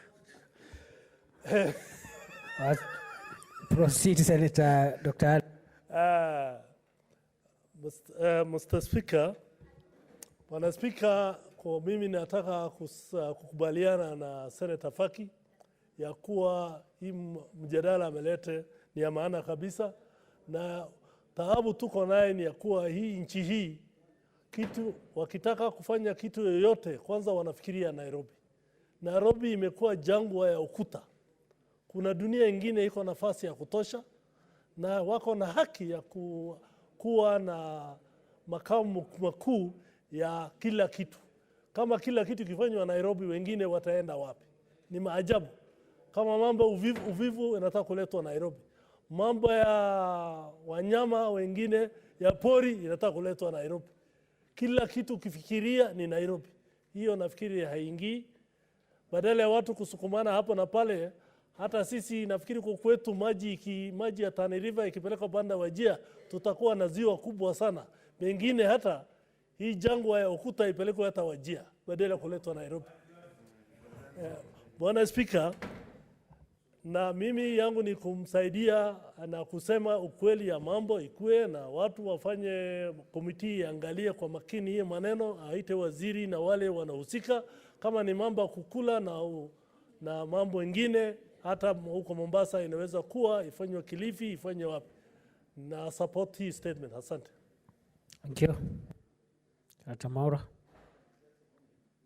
Brief. Asante sana Mheshimiwa Speaker. Order senators. Be brief, Senator Maura. Kwa sababu ya hii statement ambayo imeletwa na Mheshimiwa, niseme kwamba ni muhimu sana kuhakikisha kwamba katika mwito wa ugatuzi kwamba tunagatua pia taasisi za kitaifa ambazo zinajihusisha hususan na masuala ya kilimo. Ni jambo ambalo linashangaza kwamba hapa Nairobi hakuna samaki wengi kwa kweli. Na iweje kwamba hii taasisi makao makuu yaweze kuwa hapa Nairobi. Kwa hivyo mimi ningependa kusema kwamba tuendelee ili tuweze kutofautisha hata kule kuwa kuna wakilishwaji wa serikali kuu katika kaunti ya Nairobi, lakini pia hususan tuanze kujenga na pia miji mingine ili iweze kuweza kustawisha biashara na ili Wakenya waweze pia kwenda kule, kwa sababu hapa tuna msongamano mkubwa sana na pia inazuia uendeshaji wa shughuli za kiuchumi. Mheshimiwa Speaker, naunga mkono. Thank you for being brief. Just order senators. If you maintain that pace, I can allow a few more. Senator Mazayo. Oh, sorry. Order. I thought I had seen your request.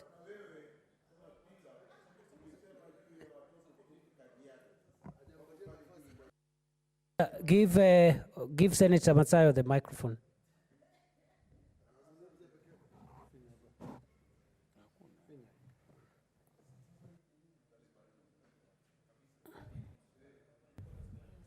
Asante Bwana Spika.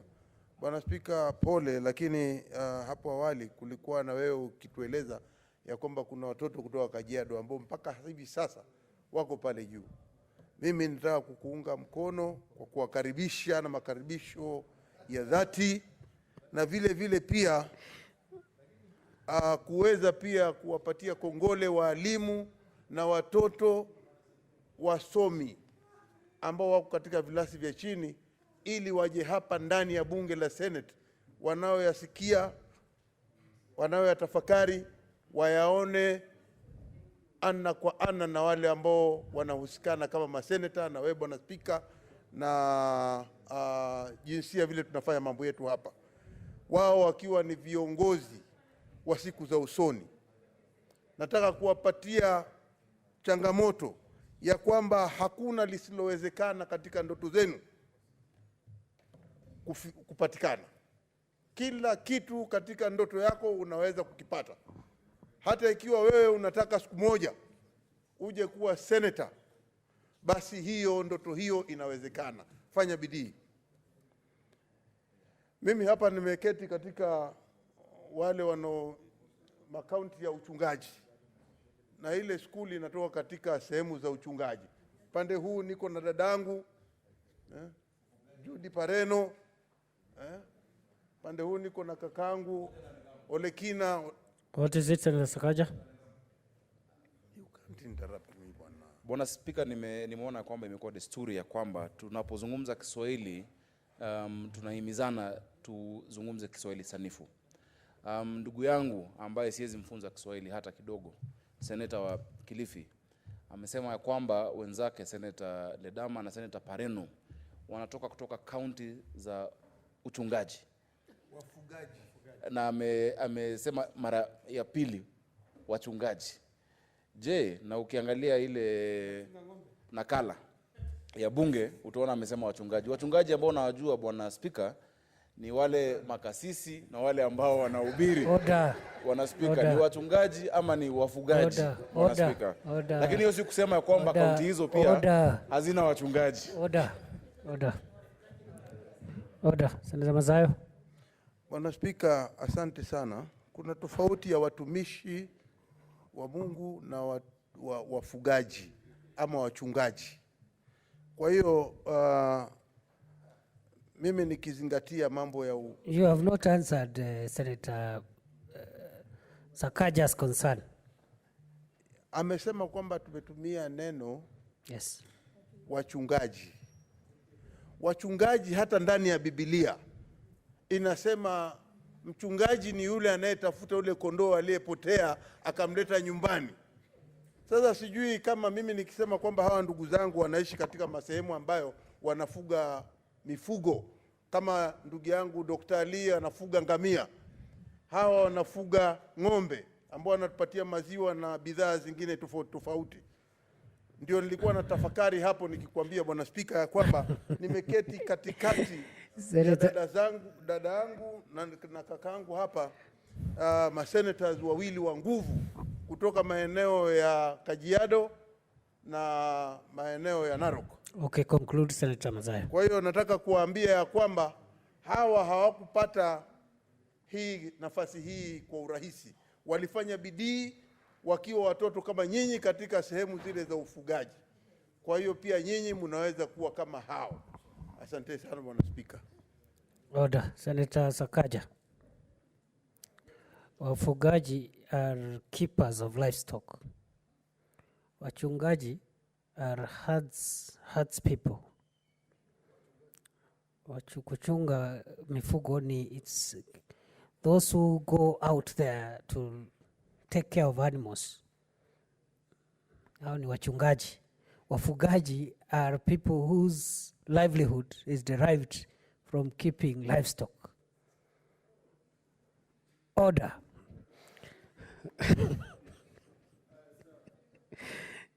Senator Mutula Kilonzo Jr.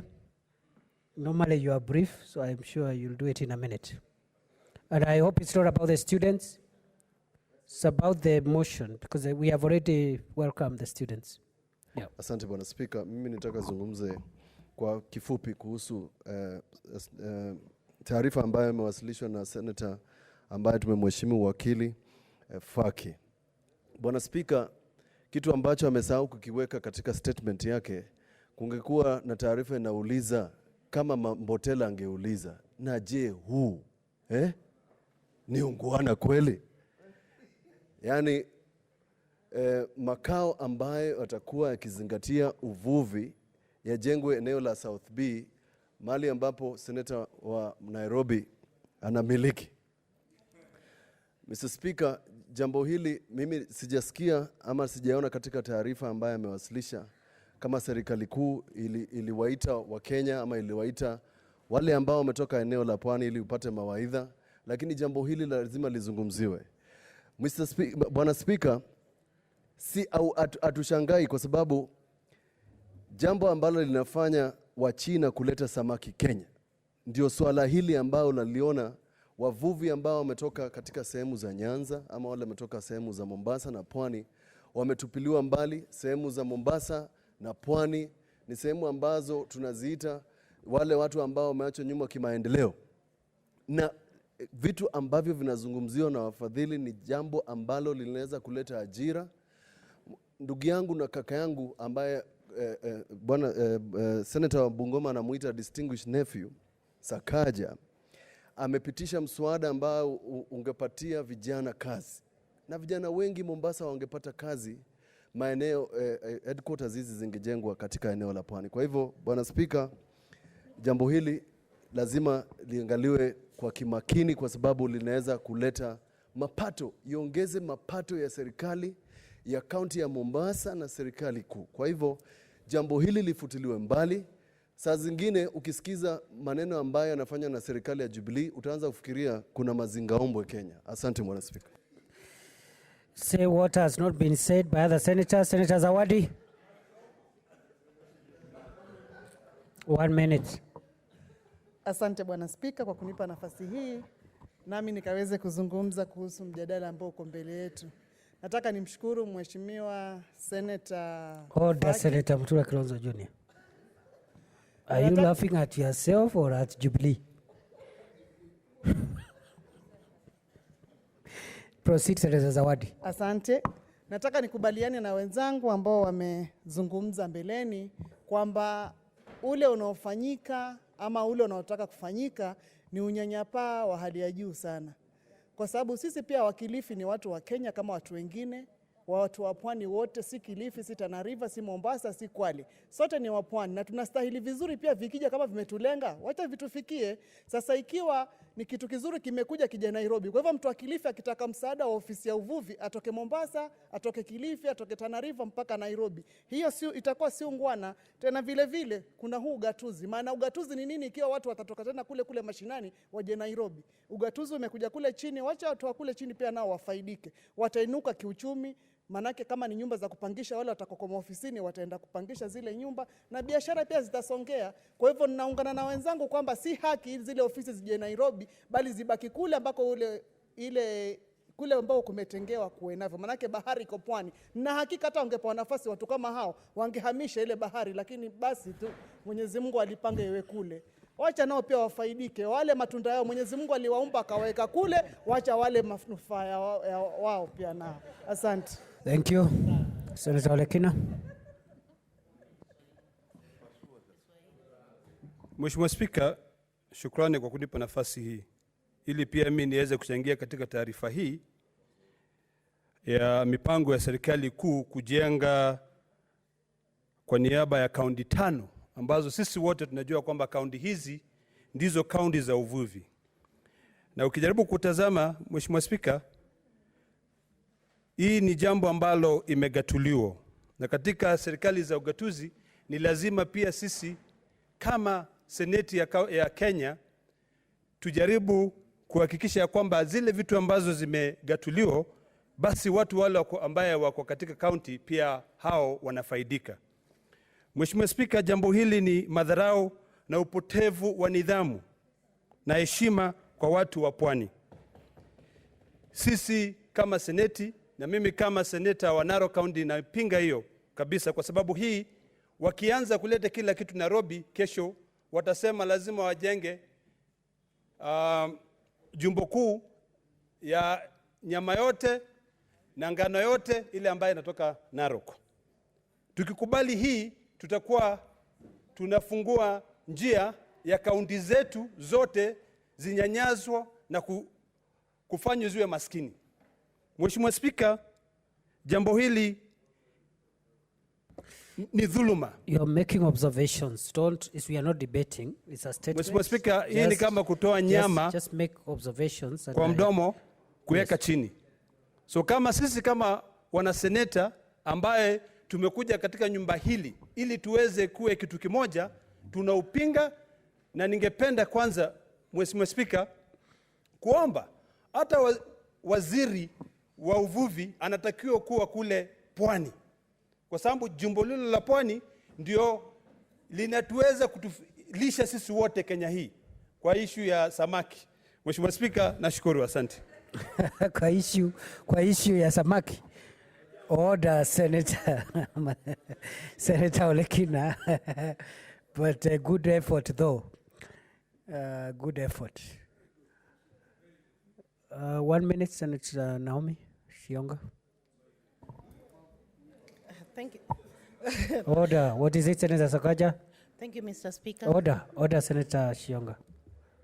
Bwana Spika, samahani, singependa kumsimamisha dada yangu Senator Naomi, lakini nikiangalia ratiba ya bunge leo naona bado tuko na taarifa nyingi ambazo hatujafikia. Kuna taarifa ya Senator Musuruve, I think, na kuna taarifa 2. So what is your point of order? Ningeomba kama ungeamrisha tufupishe order ama tuende That's what I am doing. Taarifa zingine. Order, Senator Sakaja, you're out of order. Senator Shionga, briefly. Thank you, Mr. Speaker. Thank you very much for saving me from that situation. No, I'm not speaking Swahili, but I'll speak in English just as usual. Mr. Speaker, sir, I stand to support the statement and appreciate and congratulate my colleague Senator from Mombasa for bringing this statement here. It is true that We are in devolved county, we are in devolved government, and we really need to embrace devolution. Mr. Speaker, sir, when you look at what my colleagues have just contributed or said on this statement, it is important that we embrace devolution. And embracing devolution, we need even to tell the partners who are partnering with us, especially on global world, that Kenya has taken lead in devolution or the issues of devolution. Therefore, my statement here is that we embrace devolution by removing or retaining or taking the construction of the headquarters of the fisheries that has been earmarked for Nairobi to be taken to the coastal region where these people, the fisheries themselves, are found, and to make adequate facilitation of the same. Thank you. Thank you, Mr. Speaker. Sir. Thank you. Finally, Senator Dr. Zani. Asante, na pia mimi nataka kusimama kwa muda mfupi sana kuunga mkono taarifa hii ambayo imeletwa na Senator Faki, na nafikiri tumezungumzia kwa muda mrefu. Kwa hivyo nataka tu kutoa changamoto moja ambayo ni kusema viongozi wa pwani na viongozi wa Kenya, vile ambavyo nimesikia leo viongozi kila mahali wameshurutisha jambo hili, kusema kwamba si sawa kwamba ofisi zijengwe Nairobi na zaweza kujengwa pwani. Kwa hivyo ni muhimu kama wabunge pia hao watusaidie tukiangalia jambo hili, na wale ambao ni wabunge kutoka pwani washike kitua mbele, wao wawe mbele zaidi, kifua mbele, wawe mbele zaidi kuhakikisha kwamba jambo hili limeangaliwa. Asante. It's an important matter. It's very important because it amounts to taking the headquarters of a major devolved function outside the main area where the concerned resource is found. I will therefore exercise the discretion under Standing Order 47.3 and direct the Standing Committee on Agriculture, Livestock and Fisheries to consider the matter, engage the ministry at all levels, including the Cabinet Secretary, and report back to this House in 2 weeks. So ordered. Very well, Senators. We'll need to be real quick. We'll now go to statements pursuant to Standing Order 48.1. Can we have A, statement A, Dr. Msuruve? Senator Dr. Msuruve. Thank you, Mr. Speaker, for the opportunity. Mr. Speaker, sir, I rise pursuant to Standing Order 48.1 to seek a statement from the Standing Committee on Roads and Transportation concerning increased cases of road traffic accidents involving motorcycles or boda on Kenyan roads in general and along the Webuye-Eldoret Highway in particular, where on 24th June 2019, more than 7 people perished in an accident involving a motorcycle, a matatu, and a truck. In the statement, the committee should, 1, explain measures put in place to curb increasing cases of traffic accidents, especially those relating to motorcycles or boda, which according to data from the National Transport and Safety Authority, that is NTSA, have increased by 17% in the last 1 year and accounts for 19% of road accident fatalities in the country during the same period. 2, state the reasons for the increasing cases of motorcycle accidents despite the existence of the Traffic Act and motorcycle regulations aimed at specifically addressing challenges in the boda transport sector. 3, indicate the progress made by the task force appointed by the Cabinet Secretary for Transport, Infrastructure, Housing, Urban Development and Public Works in November 2018 to develop new policies to oversee the day-to-day governance of the boda transport sector in the country. And 4, state what plans the government has of ensuring that motorcycle transport operators are well trained, licensed and insured in order to promote road safety. Mr. Speaker, sir, just to comment on this. Order, Senator. You've requested for a statement. You cannot request and debate. We have heard what you want. Thank you, Mr. Order, Speaker. Senator Dr. Msuruve. We don't have much time. Senator Sakaja, 1 minute. Observation. Mr. Speaker, very quickly, this is a very important statement, especially for Nairobi and major parts of the country. This weekend I've been to Kakamega, Vihiga, Kisumu counties, and on my way from there to Nairobi, Mr. Speaker, through Kitale, what I saw was dismayed. In as much as we care about these young people on border borders, and we want them to be supported to earn a living, this committee should ask whether border riders are above the law. Mr. Speaker, today you will see them even as you go home from Parliament, crossing roundabouts whichever way they want. There is no rule on the road that they follow, and the policemen just look at them. Yet it's their own lives that we're endangering. So in as much as we're supporting them, and I support them completely, despite even the harassment they get from the county government in Nairobi, but Mr. Speaker, they must be able to follow rules for their own good. So the committee should ask the transport director, the traffic department, whether the police have been told to turn a blind eye on rules and road safety rules that are for the benefit of those border operators themselves. They don't follow lights, they don't listen, whichever side of the road they want to go on, they go on. It is for their own good. So thank you, Senator Thank Msuruve. you. Thank you very much, Senator Sakaja. Senator Mirgo, 1 minute. Thank you, Mr. Speaker, sir. I also rise to support that statement. And I wish to say that issues of border is actually a challenge. However, this has provided employment to our youth, which of course are facing unemployment in this country. It is one mode of transport that is very cheap, and it goes right into the villages, even in any other terrain. And in any case, I think the major point of contention here is that this committee should be able to look into the issue of training the border riders, because I think the reason why they keep crisscrossing everywhere and they cause a lot of accidents all the time is because of lack of training. They just simply get a border and then on top of it, they're already flying and taking more than enough passengers, and of course that is a challenge. Thank you, Mr. Speaker. Thank you very much. Finally, Senator Wako, 1 minute. Thank you, Mr. Speaker, sir. I stand to support the statement by Dr. Msuruve on increased cases of road traffic accident involving border on Kenyan roads.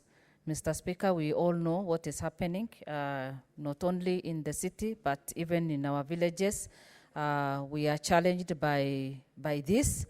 So I support the statement so that we can have rules and regulations that can guide. And some of the young people who are motorbike riders are even underage. So we would want to say that only the people who are of age should be allowed to do that. The issue of a huge number of, 3 to 4 people being on one motorbike is also very dangerous. Thank The you. other thing is they are also very Thank you. careless. Thank you, Senator. You are now debating.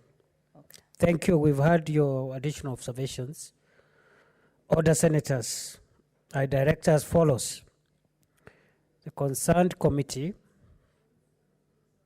be seized of the matter. Order, Senator Zani and Senator Wako. The Committee on Roads and Transportation to apply Standing Order 48 3B, which gives the committee discretion to invite the senator who has raised the issue, the discretion to invite the secretary, the cabinet secretary, the discretion to invite any other person, and the discretion to submit a report. So ordered. Statement B, Senator Msuruve. And don't debate your own request for statement.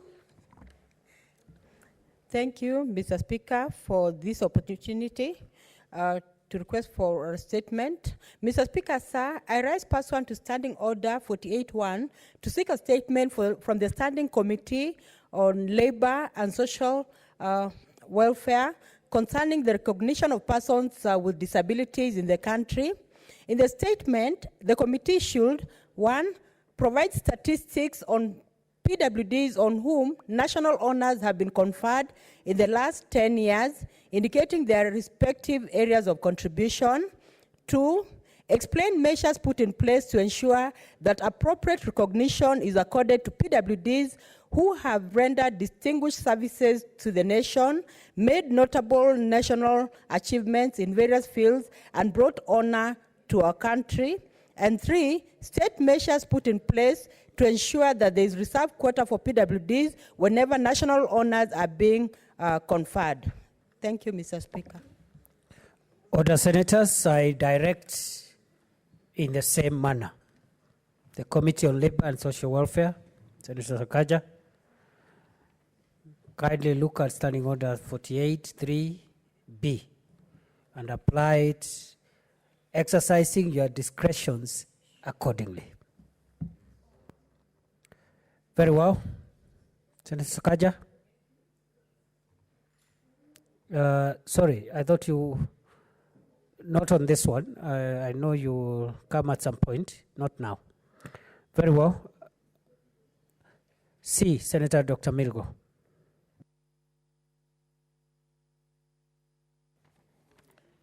Thank you, Mr. Speaker, sir. I rise pursuant to Standing Order 48.1 to seek a statement from the Standing Committee on Education concerning incorporation of drama and other co-curricular activities in the education curriculum in the country. In the statement, the committee should explain steps taken by national government to incorporate drama and other co-curricular activities in the education curriculum in order to promote active learning in all education institutions in the country. 2, state measures taken to conduct an audit on the country's education policies with a view to addressing emerging trends in the sector where performing arts are becoming popular, including on the competency-based curriculum that is being implemented by the government.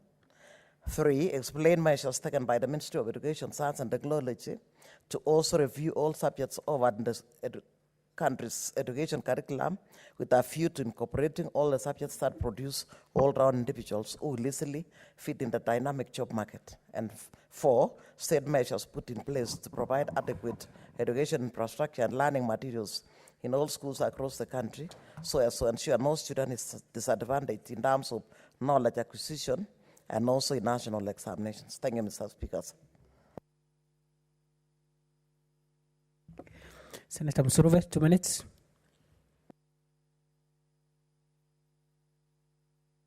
The opportunity. And Mr. Speaker, I want to commend Senator Dr. Milgo for coming up with this statement. And Mr. Speaker, it's a noble statement because I want to comment that it is through a drama club that we are able to even pass on skills to our learners and help them be communicative, get communication competence, Mr. Speaker. Some of these communication skills are imparted through drama, like for example, speaking, memorizing, and also the aspect of ensuring that children come out to be all-round and confident in themselves. Mr. Speaker, drama can go a long way in ensuring that we're coming up with students who are actually confident in themselves, students who are eventually leaders in this country, and we are able to ensure that we nurture the talents of learners. And through drama also, we can help learners play roles. Like for example, drama in a student playing a role of being a doctor, a student playing a role of being a mother, a student playing a role of being a leader. All these roles can be very important in ensuring that children are learning some of these roles, Mr. Speaker. Thank you. You have been here long enough. You know, every time you're given a chance, you know, you want to debate. Even when you're on a point of order, you debate endlessly. You know, Senate does not have infinite time. Parliamentary time, just like judicial time, is limited and should be used sparingly. Senator Wako.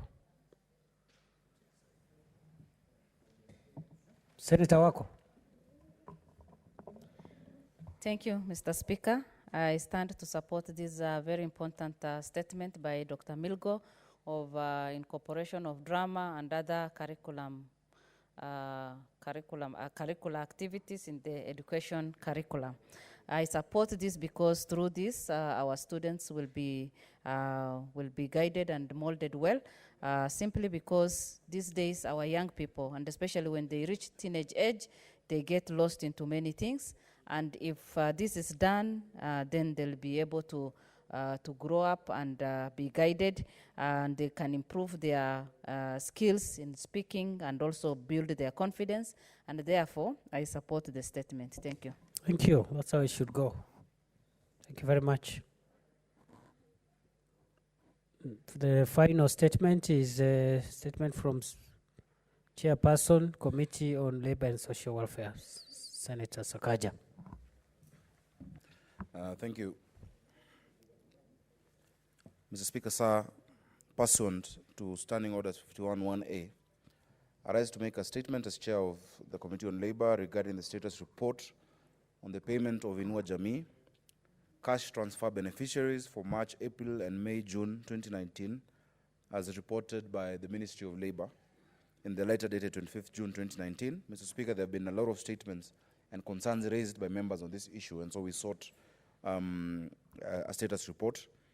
This program is implemented through three sub-programs, namely Older Person Cash Transfer Program, OPCT, Orphans and Vulnerable Children, CTOVC, and Persons Living with Severe Disability, PWSD. The Ministry has launched a new cash transfer model that migrated the beneficiaries from a card-based system to an account-based system administered through 4 banks, that is Cooperative Bank of Kenya, Equity Bank, Kenya Commercial Bank, and Post Bank. During the first phase, November 2018 to March 2019, and second phase, April to May 2019, migrations, the Ministry opened bank accounts for 1,070,238 beneficiaries out of 1.2 million registered. The Ministry of Labor and Social Protection also payment of March, April, and May, June 2019 cycle, as outlined in a table, Mr. Speaker, that I will table and to be available for members, which is totaling 8.5 billion, Mr. Speaker. There was 6 billion for older persons, 2 billion for older and vulnerable orphans and vulnerable children, and persons living with severe disabilities to 236 million. So, Mr. Speaker, we are also aware of the statement sought by Dr. Langat on the delay, and we have invited Dr. Langat and all those who had questions around the labor issues and social welfare issues to attend our committee for the resolution of this. Mr. Speaker, we want to inform the Senate finally that the committee has invited the CS Labor and Social Protection to come and respond comprehensively to the issues that were raised in that statement, together with other issues, including a statement on registration of persons with disabilities by Senator George Kaniri, statement on implementation status of government set minimum wage by Senator Kaniri, a statement by Senator Olekina on protection of Kenya citizens who work in Saudi Arabia, a statement by Senator Mutula on Uber and other digital hailing apps, petition presented by Senator Kiika on behalf of residents of Nakuru on unlawful rounding up, detention, transfer and dumping of street children by the county government of Nakuru, and finally, Senate resolutions on payment of one-off honorarium and monthly pension to former councillors by Senator John Kinyua. We have extended invitation to all the senators above and to all those who might be interested in these issues for Wednesday, 24th July, County Hall Mini Chamber from 10 a.m. Thank you, Mr. Speaker. Thank you. I hope the senators who had requested for those statements will be available. Mr. Speaker, they've also been alerted by my secretariat. Yes, but I just need to emphasize the need to take their own agenda seriously, so that we save on the time we spend here. This brings us to the end of that particular order.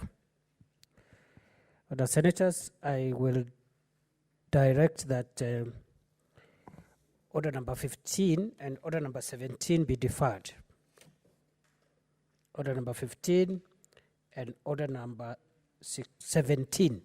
15 and 17 be deferred. Next order.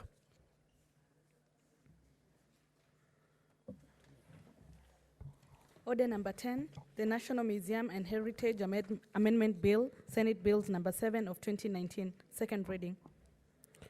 Very well, senators. I think last time this matter was on the floor for debate, Senator Dr. Nsuruve was seconding, and she has a reminder not more than 15 minutes to conclude our seconding.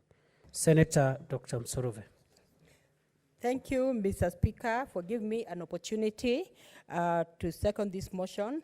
And Mr. Speaker, if I can just speak from where I stopped.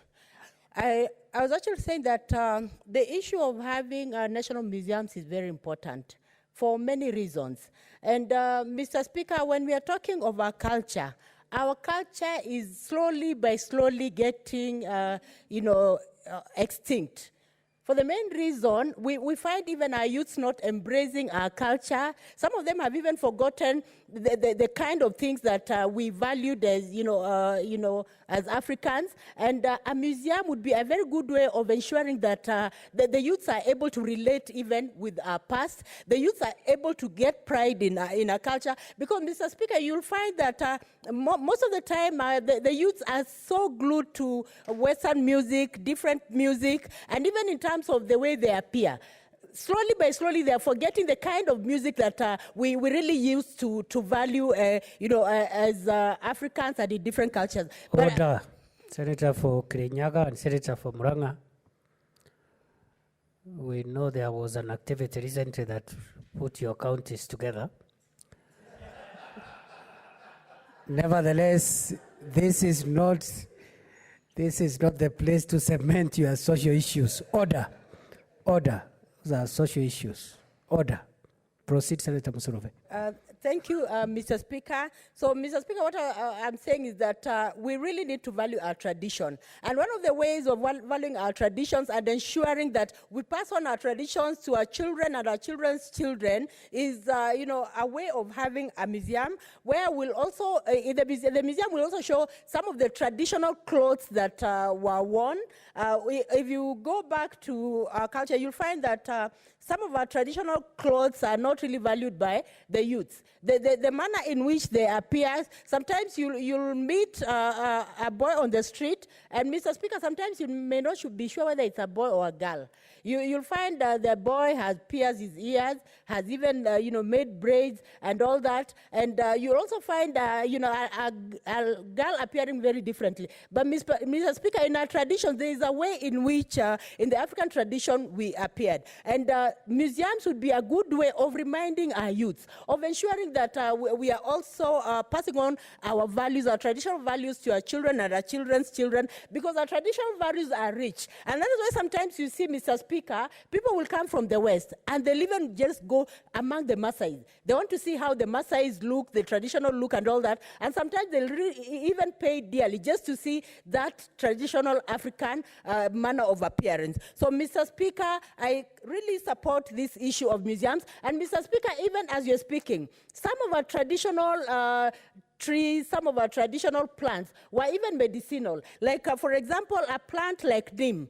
Neem was used to treat things like malaria, was used to treat even something like gout and many other diseases. And Mr. Speaker, most of the time, you'll find that when we look back to our grandparents and all that, you'll find there are some diseases that were not there. And most likely, maybe they were healed by some of these plantains that they were taking. Like when you talk of muarubaini. Muarubaini, that his name, was used to treat, a number of diseases at the same time. And so even our museums can be used as a form of research, so that even researchers can come to the museum and see which are the traditional plants that were valued and what uses do they have. Because some of the traditional plantains that we were using, even another one, I don't know what is called, Mr. Speaker, in English, their roots called mugombero. I know they're called mugombero in Maragoli. They are used as appetizers, Mr. Speaker.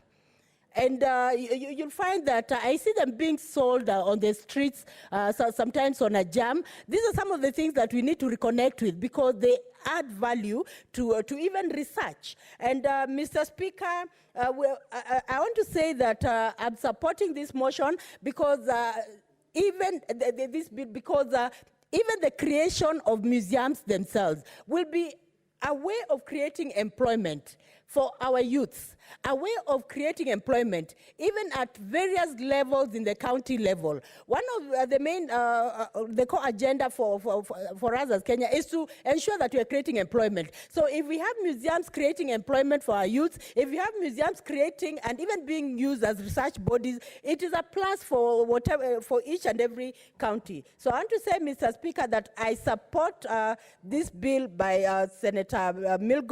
And I hope that my fellow senators are also going to support this bill so that it sees the light of the day. Thank you, Mr. Speaker. Thank you.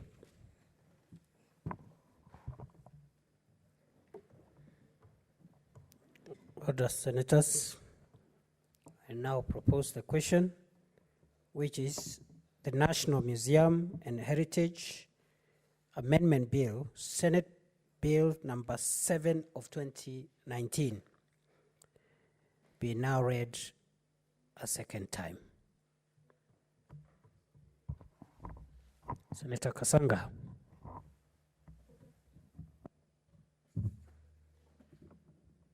Thank you, Mr. Speaker. I was still forming my thoughts as I was looking through the bill. I want to thank and congratulate Senator Dr. Milgo for bringing this bill. I can see from a reading of it is that it seeks to effect the 4th schedule of the Constitution on distribution of functions between national government and county governments, and that paragraph 25 of part 1 of the 4th schedule assigns the responsibility of ancient and historical monuments of national importance to national government, and assigns the responsibility of cultural activities, public entertainment, and public amenities to the county governments, which also includes museums. And I want to thank the senator for making this amendment, because obviously it has not been done, it has been overseen, and yet this is a very important cultural activity or cultural mark to our 47 tribes. I imagine a situation where every county has a place that they call their place for heritage, or their place for storing artifacts, cultural artifacts, or a place which tells a story of who they are as a people. I imagine that being a place that first has an architectural impact, because it can be a landmark, or it can be a park, like the way the Machakos have the People's Park. It can be the place where young people can express themselves, can be reminded of what was their culture like. It can be a place where, a people can identify with. And this is really a beautiful bill, and I truly do hope that it comes to see the light of day, Mr. Speaker. When we travel, every time we travel into a new country, one of the first things you do is visit the museums, because then it gives you the history of the people, and it gives you that breath. You begin to understand what are these people about, Mr. Speaker. And I can imagine if all our counties had such a similar thing, it would be a very beautiful thing, Mr. Speaker. I haven't fully gone through the bill, but I want to appreciate it nonetheless, because we can see where it is going. And Mr. Speaker, in my conversations with young people, I've come to understand that a lot of them don't understand our new constitution, and they don't understand the mandates that the counties have. And they don't understand the fact that actually when we are saying our young people have no jobs, that the first point of place of contact to go and complain is actually at the counties. And when you see a bill like this one being put into effect, immediately you can see the potential that it has for young people. When you see that it is the mandate of the county to provide and enhance and give the space for cultural activities and public entertainment, as well as public amenities, then in an instance you see potential. And our young people, we have to appreciate, gone are the days now when we are just training doctors and white-collar jobs. We are going into talents. We are seeing more and more a change in the society, in the environment, as it is in the West, where we appreciate dance and music as part of careers. And it is these platforms in the counties that can provide these places for the young people to express themselves, and it provides them with an income if the space has been set up properly for them. And this is really a mandate of the county government to give these spaces for the young people. And I'd love to encourage that as we speak to younger people, they need to understand the roles that the counties have to play for them. And by devolving this function of museums, I'm truly looking forward to seeing, you know, all these things in the counties and in each and every county as unique as they should be, as unique as is every tribe in this country, and that our youths then can begin to identify with these areas and these places, Mr. Speaker. So I want to thank Senator Dr. Milgo for this wonderful bill, and I pray that it sees the light of day. Thank you, Mr. Speaker.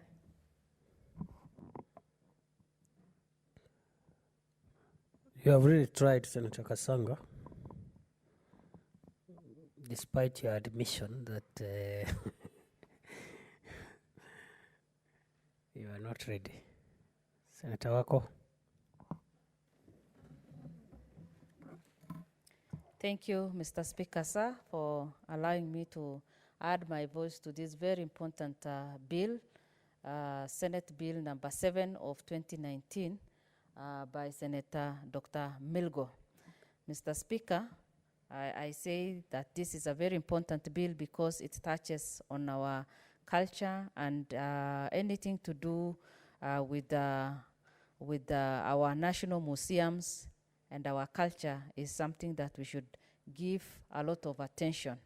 Mr. Speaker, as we all know, museums are institutions that hold the artifacts and the articles of the past. They contain actual tangible objects and or reconstruction of the past, which serves as sources of cultural and communal identity. And that is basically why I said this is a very important bill, and immediately I went through it. I said I must add my voice to this. Mr. Speaker, in our today's world, many of our young people have no idea of what our different cultures, you know, look like, and many of even the people of our generation, most of the time you can clearly see that everyone is crying or yearning to see or to participate in our cultures. And so this is something that will enhance that and will help us. In Article 11(1) of the Constitution, it recognizes the culture as the foundation of the nation and as the cumulative civilization of the Kenyan people and union. Article 11(3)(a) of the Constitution further provides that Parliament shall enact legislation to ensure that the communities receive compensation or royalties for the use of their culture and the cultural heritage. Mr. Speaker, in most of our cultures or where we come from, the things that we used to do can not be done today. And if then we can do this, this will promote that. Under paragraph 25 of the 4th schedule of the Constitution assigns the responsibility of ancient and historical monument of national importance to the national government. And what the bill is suggesting is that the national museums, we get deeper into this, and in all our counties have what we call the county museums, which will help us which will give us general function in clause 6 of the bill through the deletion of section 5 of the act and replacement therefore with new section. The county museum are also required under the new section to consult with the cabinet secretary on the matter of exchanging.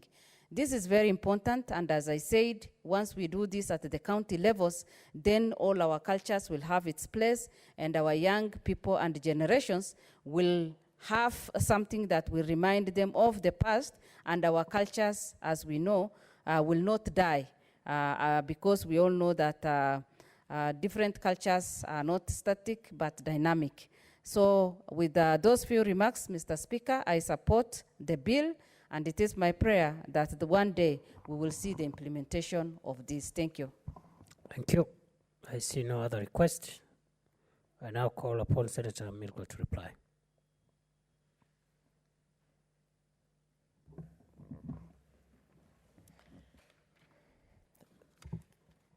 Thank you, Mr. Speaker, sir. I wish to thank the following senators for actually contributing to this bill: Senator Musurube, Senator Kasanga, Senator Wako, and I am sure if it was not for the fact that we have just passed a very contentious bill, I'm sure there would be more people to contribute Order. to Order, this. Senator, are you saying the senators passed a contentious bill? A very important bill, sorry. Yes, that's better. I'm advised. So That's better. Yes. Yeah, so Proceed. it's very important bill.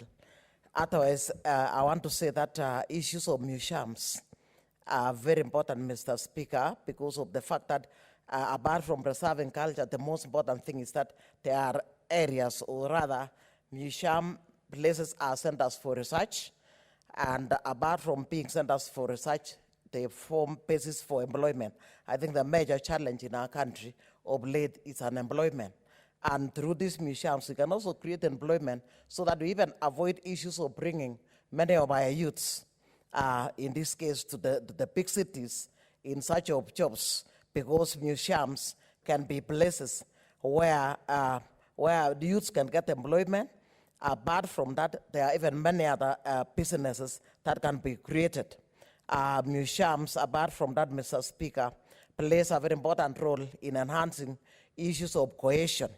And I think issues of actually peace and coming together of various communities has been very elusive sometimes in our country, that at times even cause violence. But then if museums are actually devolved to the counties, people would learn, or in this case appreciate, the fact that there is in diversity, there are various ideas that we can share, and in any case, living together can be very easy. Mr. Speaker, I think with that,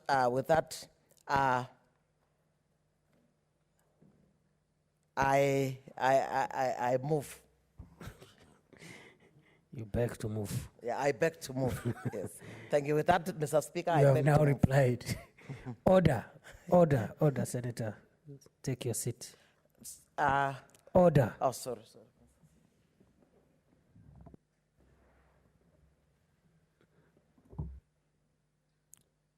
Are you on a point of order? But you ordinarily should be on a point of order. Otherwise, I'll call for division. Yes, what is it, Senator Mirko? Okay, Mr. Speaker, sir, I request that you defer the putting of the question pursuant to Standing Order 61.3 to a later date, since we do not have the requisite number to vote. So ordered. Next order.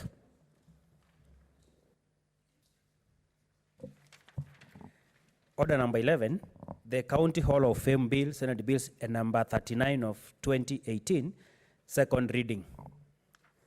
Majority Leader.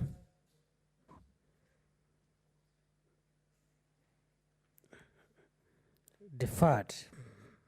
Next order. Order number 12, the Persons with Disabilities Amendment Bill, Senate Bill number 1 of 2019, second reading. Senator Maura and Senator Aaron Cheruiyot, severally and jointly.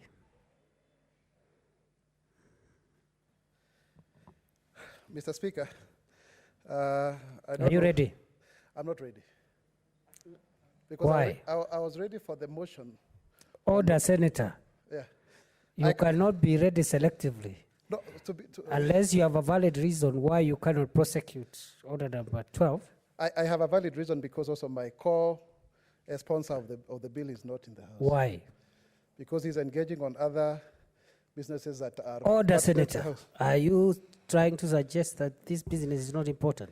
The business is important, Mr. Speaker. It's just that it would be unfair even to him that I prosecute the motion in his Order. absence. Take your seat.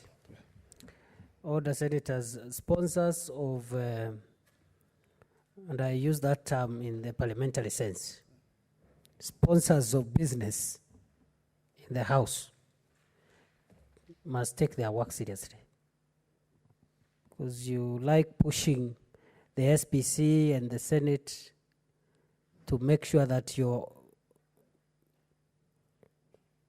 business is in the order paper. If for whatever reason you cannot prosecute an item already prioritized on the order paper, you must exercise responsibility and inform the Speaker. Otherwise, we will not have this culture of just deferring businesses left, right, and center for no reason. Nevertheless, I defer order number, I direct that order number 12 be deferred. Next order.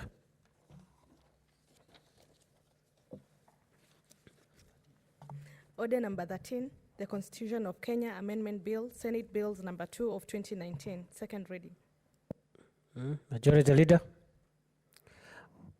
My directive, which I have just given, applies to all senators, including the Leader of Majority. Where is the Deputy Leader of Majority? Is there a representative of the Majority Leader here?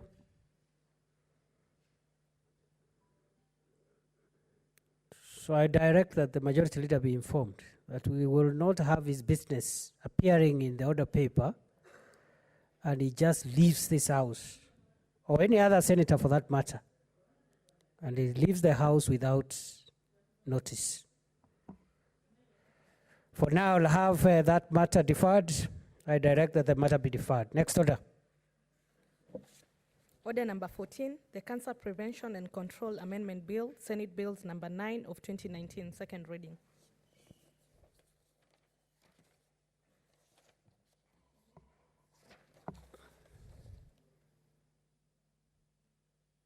Senator Abdullahi Ali was here earlier on. He's disappeared. This is the last time I'm going to entertain this kind of behavior. I direct that that order be deferred. Next order. Order number 16, motion, adoption of the report of the Senate Sessional Committee on County Public Accounts and Investments on the fiduciary risk report on the audit issues by county governments for the financial years 2012, 2013 to 2015, 2016. Senator Moses Kajwang is not here.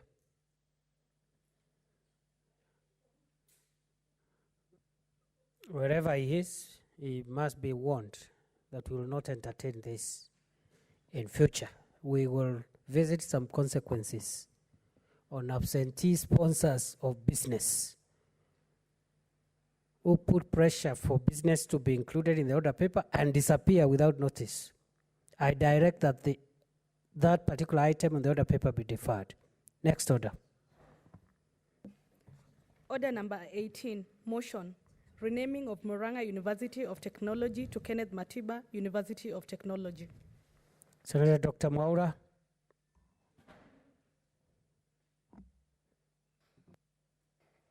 Is it by design or by default? No, it's by design, Mr. Or Speaker. both?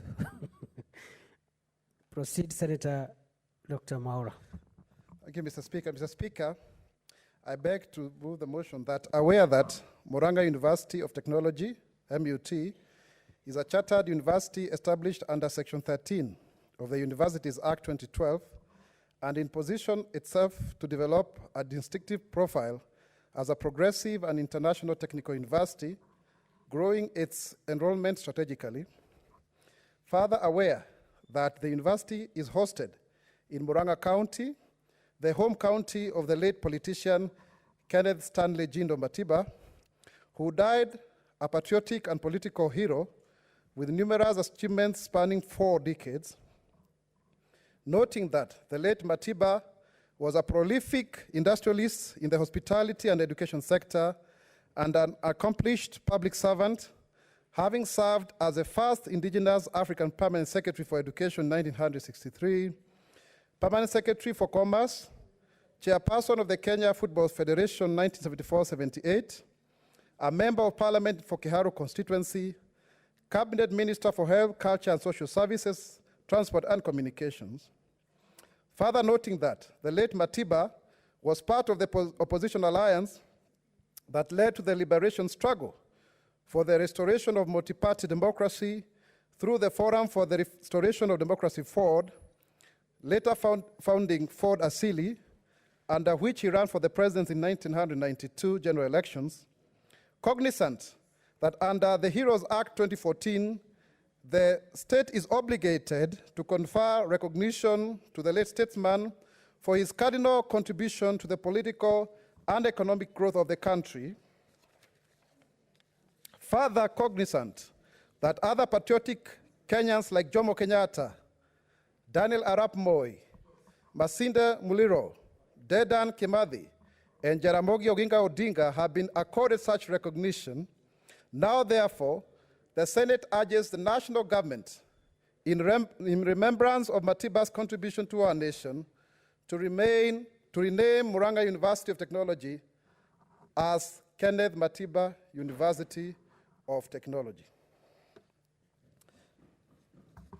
Mr. Speaker, we are talking of a very distinguished Kenyan who served this august House for for about 3 or so terms. Kenneth Matiba was born on 1st June 1932 in Biri, Murang'a, now Kiharu constituency, and he was really a politician who was ahead of his time. He was very privileged to be in La Alliance High School, which really was a reality during the days and even to date. And he then proceeded to study a BA in sociology and geography from Makerere University. Mr. Speaker, if you may recall, if you went to Makerere University, you must have been an extremely brilliant individual. He started working as a high school teacher at Kangaro High School in Embu County. And Kenneth Matiba was, until his death, married to Edith Matiba, and together they had 5 children. He died at the young age of 85 years old. Honorable Kenneth Matiba is really a trailblazer in the history of this republic, Mr. Speaker. Why so? Because he was appointed as the first African executive secretary, the equivalent of the PS, in the Ministry of Education. And you can see the connection here because he was already a teacher at Kangaroo High School. But soon after, that was in 1963, he was appointed permanent secretary for commerce under Minister Mwai Kibaki, and he also worked together with the retired president, Daniel Toroitich Arap Moi. But it is quite interesting to note that in 1968, Mr. Kenneth Matiba, Honorable, left the public service for private entrepreneurship.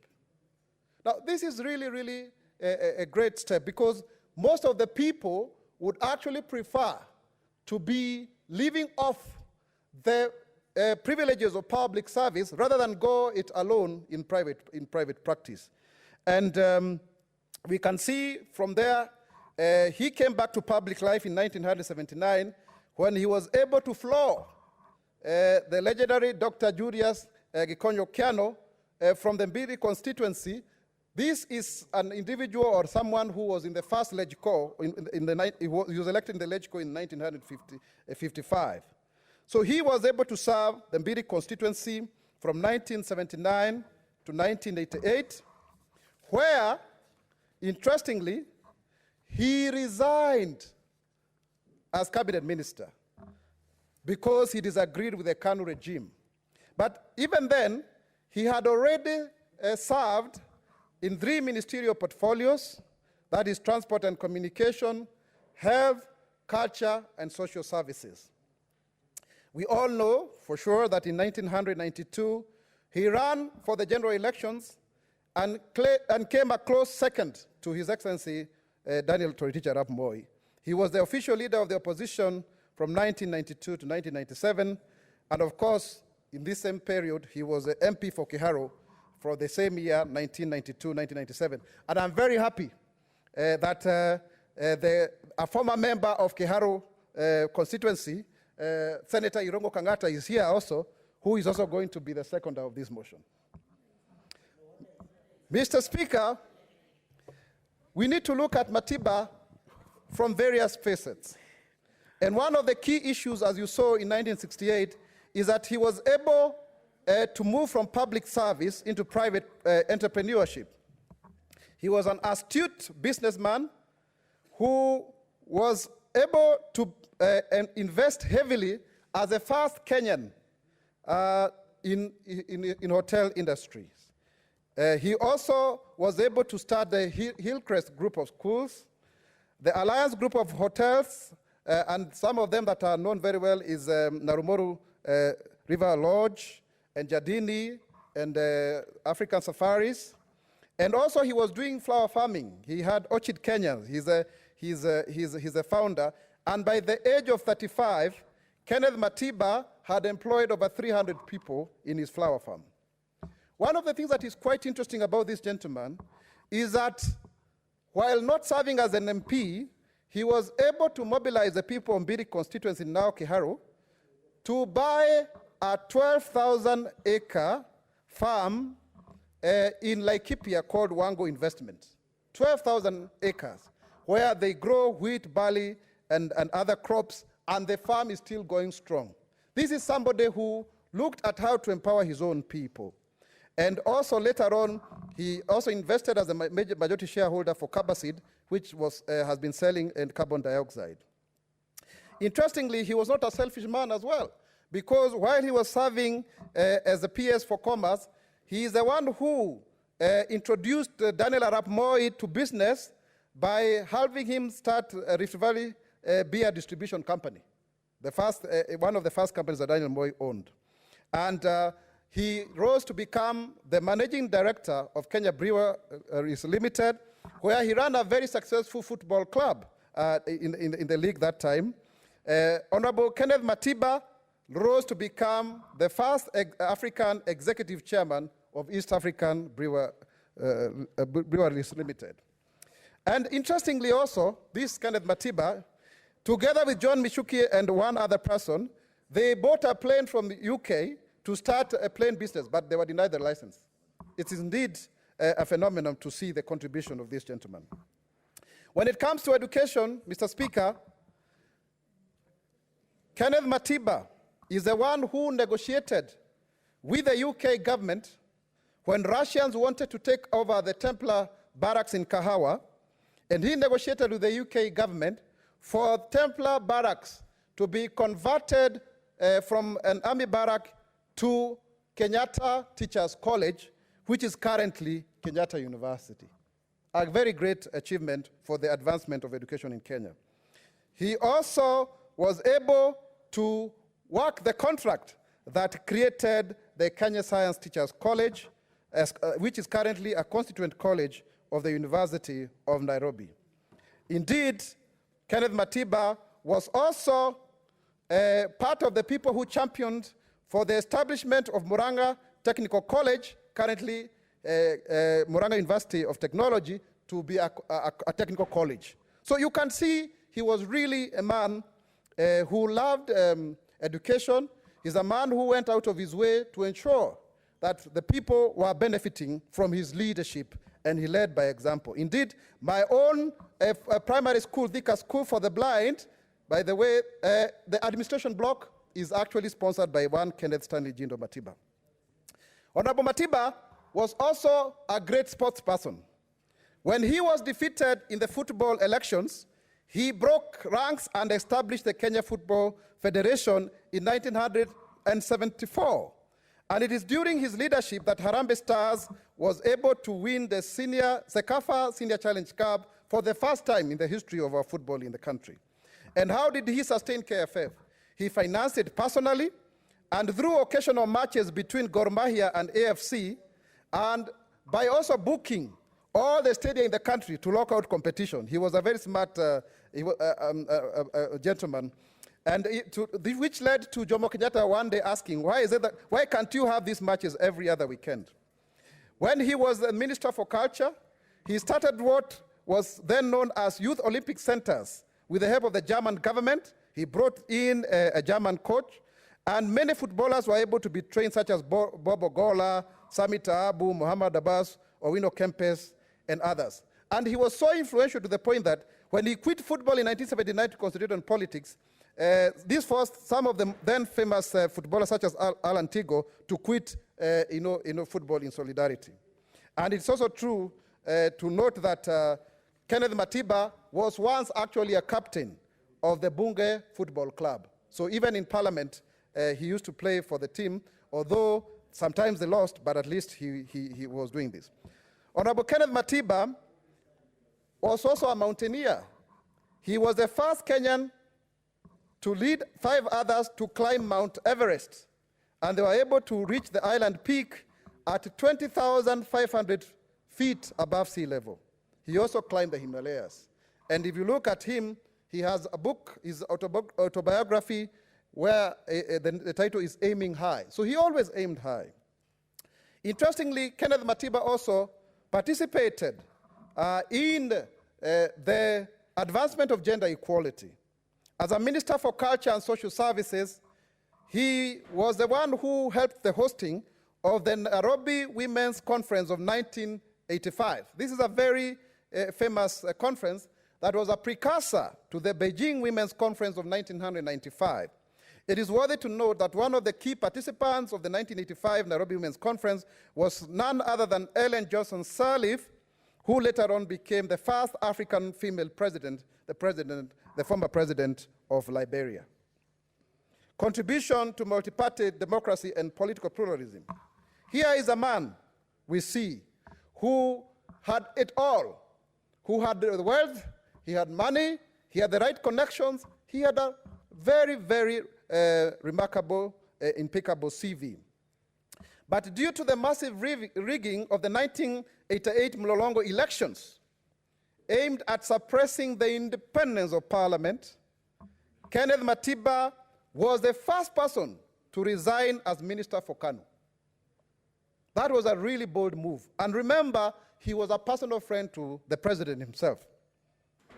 In May 1990, the following year, him together with Charles Rubia, the former mayor of Nairobi, they held a press conference to demand for multi-party democracy. These were the first people who stood very strongly, and they were detained for 2 years without trial at committee maximum prison. This to mean because they had committed treason. And when he was there, he was denied medication and fell sick, and nobody was able to attend to him, which led him to get a stroke, and it paralyzed half his body.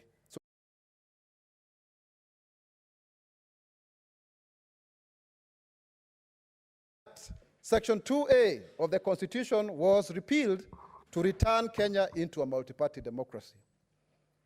Kenneth Matiba paid this heavy price through his health. Soon after joining politics, there were disagreements within the Ford Party. After together him and Jaramogi and others formed the Ford Party. And he went ahead to form the Ford Asili together with Martin Shikuku, while Jaramogi Oginga Odinga and Kijana Wamalwa were left in the Ford Kenya outfit. So there was Ford Ajip and Ford Mudhidi.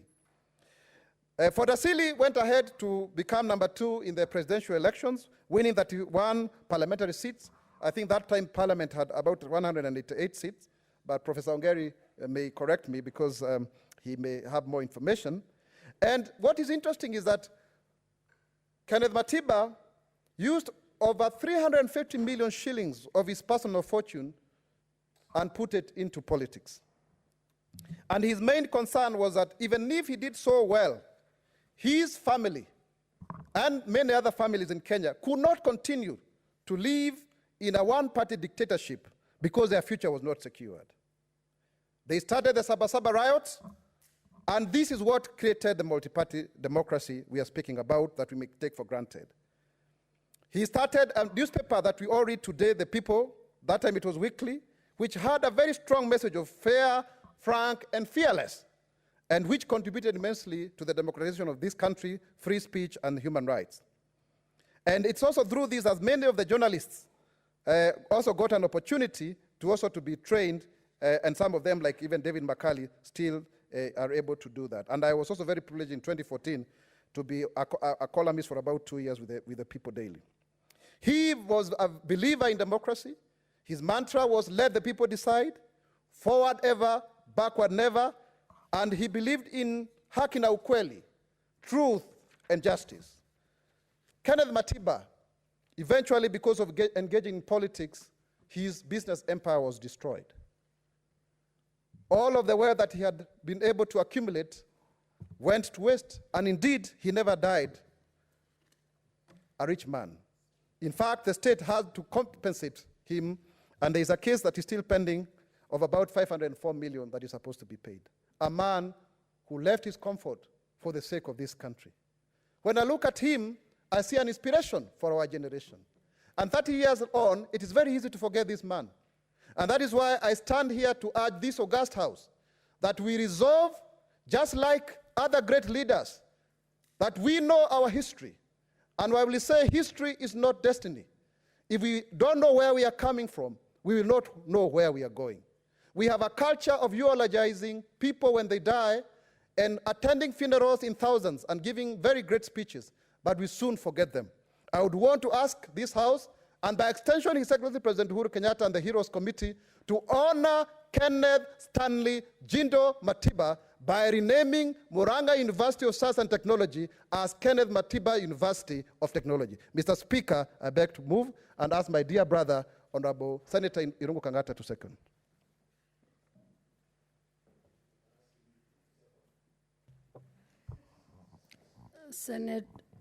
Senator Irungu Kang'ata. Thank you, Madam Speaker. Madam Speaker, I rise to support the motion by my brother, Senator Mwaura. It is a very good motion. I rise to support it. And the reasons are several. Number one, allow me to confess that Matiba originally comes from a village called Gadhinja. It's also my home village, and therefore I'm very proud of that son of our village called Gadhinja in Kahuhia in Murang'a County.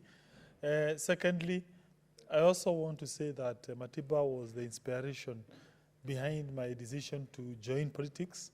I say so because I got interested in politics way back in 1990. At that time, Madam Speaker, I was in class 5. I was in class 4 in Murang'a town. And that time, that is when Matiba was arrested together with his friend Charles Rubia. And he was then taken to the detention for almost 9 months. And when he came out as a sick person. He went to London, then came and vied to become the president of this country. Madam Speaker, the reasons why Matiba stands out vis-a-vis other several people who fought for this country, for the multipartyism, are several. Number one, when he decided to fight for multipartyism, he was a fairly wealthy person. Most wealthy people rarely want to join politics. And therefore, when he decided to do a bold move, confront the Kanu regime, many were shaken because there were very few other people with such immense wealth who could dare President Moi and face him direct. And as a result of that, another reason came in. He lost most of his property in the struggle for the betterment of this country. He also lost his personal health, and you all know that by the time he was passing on, he was quite a sick person. So therefore, to me, that epitomizes several people in this world who have gone to that extent. Of course, we know people like Mahatma Gandhi in India. We know people like Malcolm X in America, people like Martin Luther King in America, people like Marcus Garvey in Jamaica, several people who have done heroic things, who have died fighting for humanity. To me, I think Matiba has reached that level. People who gave it all, who risked it all to ensure we go forward. Madam Speaker, that which Matiba was fighting for, to me, can be deciphered into two things. Number one, he fought for multi-party democracy. That was realized, if you recall very well, when Matiba called a press conference on the 3rd of May, 1990, at Chester House. He demanded for multi-party democracy. He demanded for peaceful assembly at Kamukunji on July 7th. He did it in a very peaceful manner, and because of that, he was taken to detention. To me, he did something just like what Jesus Christ did, dying for the people, and therefore that is why we really love Matiba. Number two, the reason also why we like Matiba is because in 1997, he had the opportunity to vie again to become the president of this country. But he said, no constitution, no elections. He decided to get out of politics because President Moi refused to hold what we call constitutional reform before the elections. If you recall the events of 1997, some few members of parliament then agreed to form what was called the IPPG, Interparliamentary Group Meeting, that undertaken piecemeal constitutional reforms which were not helpful to the country, which did not address the fundamental problems of the country. In fact, for me, therefore, I strongly believe Constitution of Kenya of 2010 is a product of Matiba efforts of 1997. Madam Speaker, another reason why we must celebrate Matiba is his immense contribution in various spheres that he handled. You have been told, Madam Speaker, about his contribution in sports. He was once an executive director of KFF. During that time, Gor Mahia became what we call regional champions. He managed KFF in such a good manner that people still remember his good work as the executive director of KFF. Madam Speaker, he was a major corporate titan. You all know that Mr. Matiba was the CEO of East African Breweries.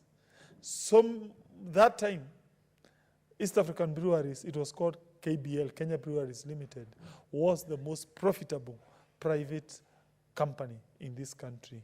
In fact, KBL was displaced the other day by Safaricom. For a very long time, it has been continuously being a very profitable company, and that seed was planted by none other but Kenneth Stanley Jindo Matiba. We also celebrate Matiba also because of the work that he did in public service. He was the youngest permanent secretary to ever been employed by the government of Kenya. Madam Speaker, as we celebrate Matiba, I think also allow me to celebrate the people of Murang'a. It is only in Murang'a, Madam Speaker, where people like Matiba can come from. I can tell you. It is only in Murang'a that, no, it is true. No, surely, where were you when Matiba was fighting? Where were these other communities? Murang'a. Madam Speaker, no, look here. Order, Senator. Order, Senator Matiba is Kangata. from Murang'a. Order, Senator Kangata. Murang'a doing everything. Senator Kangata, order. We have an intervention, a point of order from Senator Mbogo George Chiloyako. Thank you, Madam Speaker. Madam Speaker, I hate interrupting my learned friend, Senator Kangata. But, Madam Speaker, we are trying to honor somebody we all revere. Is it in order for this very young senator, who probably did not walk in the footsteps of Matiba, to dilute and imply that other Kenyans are so bad that they cannot come from Murang'a? Would I be in order to ask him to withdraw this and apologize to members, particularly of this Senate, perhaps talk about the National Assembly, and he should not deface this very good motion by Senator, who is my very good friend. Senator Kangata, you may wish to clarify. Yes, Madam Speaker, I apologize if at all anyone took what I said as if I'm saying other Kenyans have not done any contribution, I apologize without any reservation. But I also want to celebrate, allow me to celebrate the people of Murang'a. Madam Speaker, look here. Madam Speaker, the first political party in this country was called KAU, Kenya African Union. It was formed in late 1940s. The people who formed that first national political parties came from Murang'a at a place called Kahuhia. They were led by a person called GC from Murang'a. Madam Speaker, after that, the first African mayor of Nairobi was called Charles Rubia, another great son from Murang'a County. People who fought. Madam Speaker, then we came for the fight for multipartyism. Many people, by the way, of course, were fearful to confront the KANU government. Murang'a people, led by Stanley Jindo Matiba, and Robia, another great man from Murang'a. They came strongly, they fought, Madam Speaker. Surely we must celebrate. There's something good from Murang'a. I don't know whether it's the sweet water they drink from Mount Abadeas, I don't know. But there is something sweet. There's something good for Order, Senator Kangata. I think you have the right to celebrate those from Murang'a, but by not indicating or implying that the other people should not be celebrated. No. You have all the right to celebrate them, but don't imply that the rest do not merit any celebration. There is order, Senator Kangata. There is a point of order from Minima Gertrude. Madam Speaker, thank you for this opportunity. And I want to say impartially and objectively that on the floor of this House, we are looking at Matiba's value to this nation, and we need to really not to confine him squarely to Murang'a. And I want to suggest that in as much as we are appreciating him for his national values, let that come out clearly. And I would beg Senator Murang'a to... Senator Gertrude, you're on a point of order. So what is of order from what Kangata said?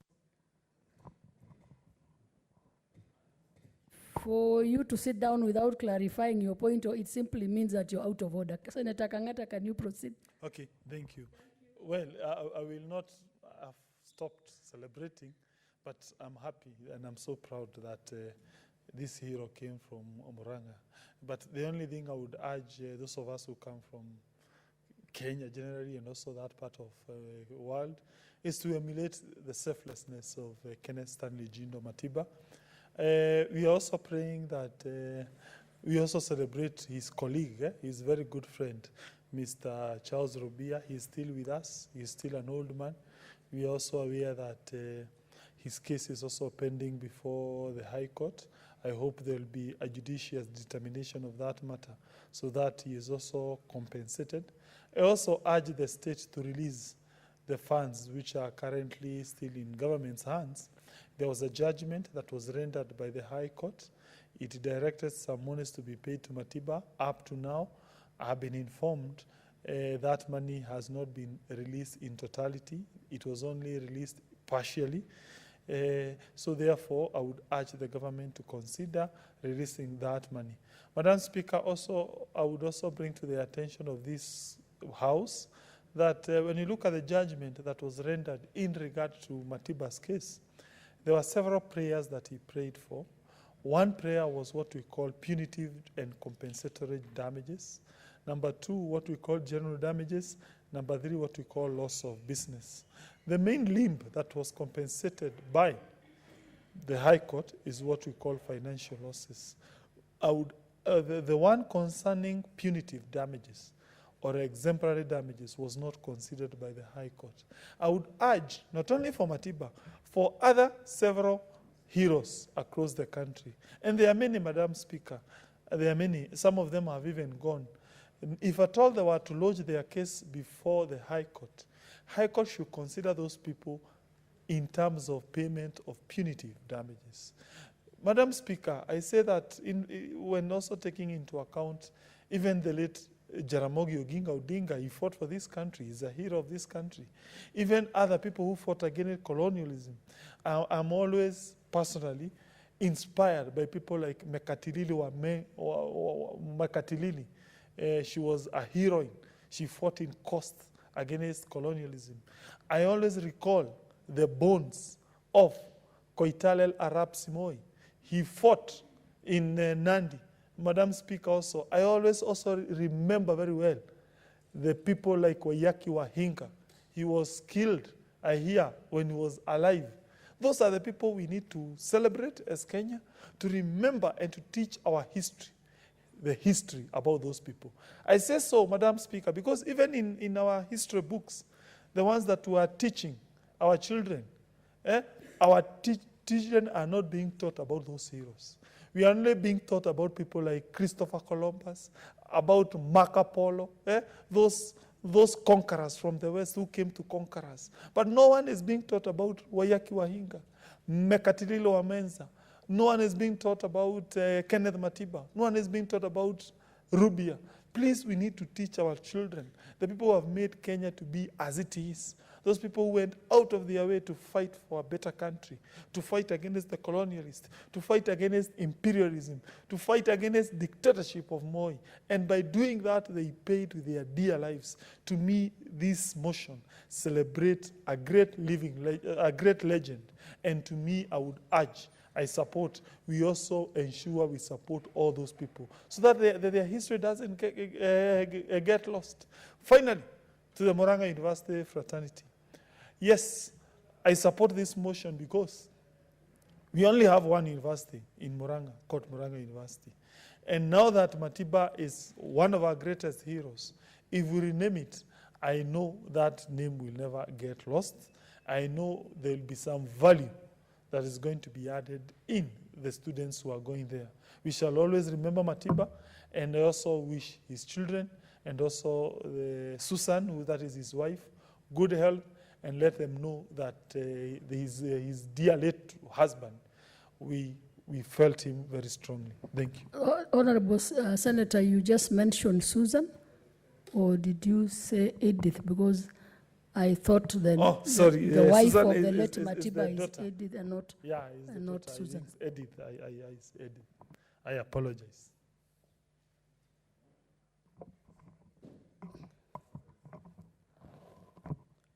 Honorable Senators, I now propose the question that, aware that Murang'a University of Technology is a chartered university established under Section 13 of the University Act 2012 and is positioning itself to develop a distinctive profile as a progressive and international technical university, growing its enrollment strategically. Further, aware that the university is located in Murang'a County, the home county of the late politician Kenneth Njido Matiba, who died a patriotic and political hero with numerous achievements spanning 4 decades. Noting that the late Matiba was a prolific industrialist in the hospitality and education sector and an accomplished public servant, having served as the first indigenous African permanent secretary for education in 1963, permanent secretary in commerce, chairperson of the Kenya Football Federation from 1974 to 1978, a member of parliament for Kiharu constituency, cabinet minister for health, culture and social services, and the transport and communications. Further, noting that the late Matiba was part of the opposition alliance that led the liberation struggle for the restoration of multi-party democracy through the Forum for the Restoration of Democracy, FORD, later founding FORD Asili, under which he ran for presidency in 1992 general elections. Cognizant that under the Heroes Act 2014, the state is obliged to confer recognition to the late statesman for his cardinal contributions to the political and economic growth of this country.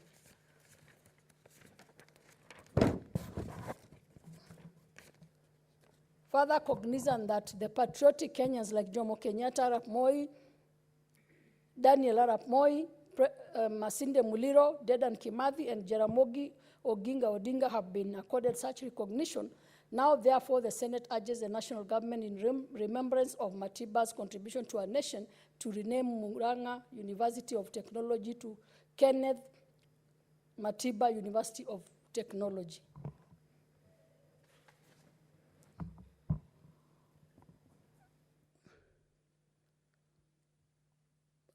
Senator Mbogo George Ochilo Ayako.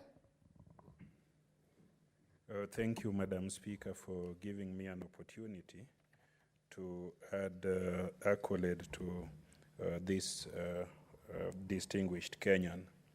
Madam Speaker, we are enjoying relative tranquil in this country. We are a country, we are a nation on the march, and I believe we are marching to Canaan and utopia, and currently the handshake is taking us there. We believe that this journey to Canaan was started by great people in this nation. Most of them have passed on, and we hope that they are resting happily with the Lord. The gentleman that we are discussing today, the one a motion to name a university after has been brought by Dr. Mwaura, who is my very good friend. Madam Speaker, Mwaura is a very good person. In my other life, when I had the power of the pen as an officer of the state, I was establishing an institution, and Mwaura happened to have been a distinguished person. I got him nominated to that institution, and he did not let me down. It does appear that in his usual kindness, in his usual generosity, he has not forgotten other people who have made a mark in this nation, who have contributed to what we are enjoying presently. If you look at our constitution, you will find an article that says Kenya shall be a multi-party state. Most of the senators here today, save for Professor Ongeri and perhaps other members of parliament I may not name, may not have served under KANU as a single party, and most senators today may not even be in this house if we had a single party. If it wasn't for Matiba and other heroes like the late Jaramogi Oginga Odinga, the late Masinde Muliro, the late Martin Shikuku, we would not be eligible for election today. I personally would have failed the loyalty test because I definitely would not have been loyal to KANU.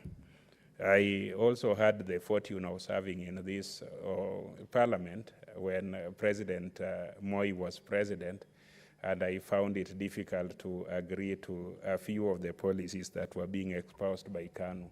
But that is not to mean that KANU was an entirely bad organization. If it was a bad organization, it would not have brought forth such distinguished leaders like Professor Sam Ongeri. Professor Ongeri served with people like Matiba in the same KANU. They also served with Jaramogi Oginga Odinga as a founder of KANU and other distinguished persons. And I believe that the dictates of that particular time necessitated the political philosophy that was being pursued then. But Matiba must be cheered for having noticed that pluralism, having noticed that diversity in terms of idea was a notion that had gained currency, a notion that was momentous, and a notion that had to be embedded in our constitution. So it is important to acknowledge that his fight, his resilience, his voice has given this nation an opportunity to have diversity in leadership in a constitutional setting and in this house. And that is why we are here today. If it wasn't for that, I can assure you, Madam Speaker, even you, as my party leader and my party official, would not have found your way to this house. So we are happy that an opportunity has come before us to make proposals to immortalize the good works of Matiba by naming Moranga University Kenneth Stanley Jindo Matiba University. I also enjoy remote association with Matiba. He went to Alliance High School. He was in Smith House. I went to Alliance High School.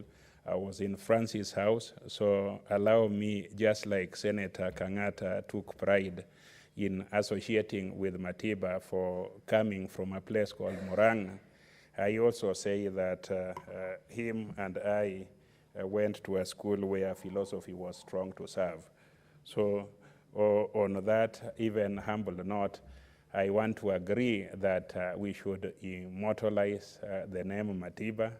And at that time when he went to school, which was before independence, he was coming from a community that was under siege from British terrorism.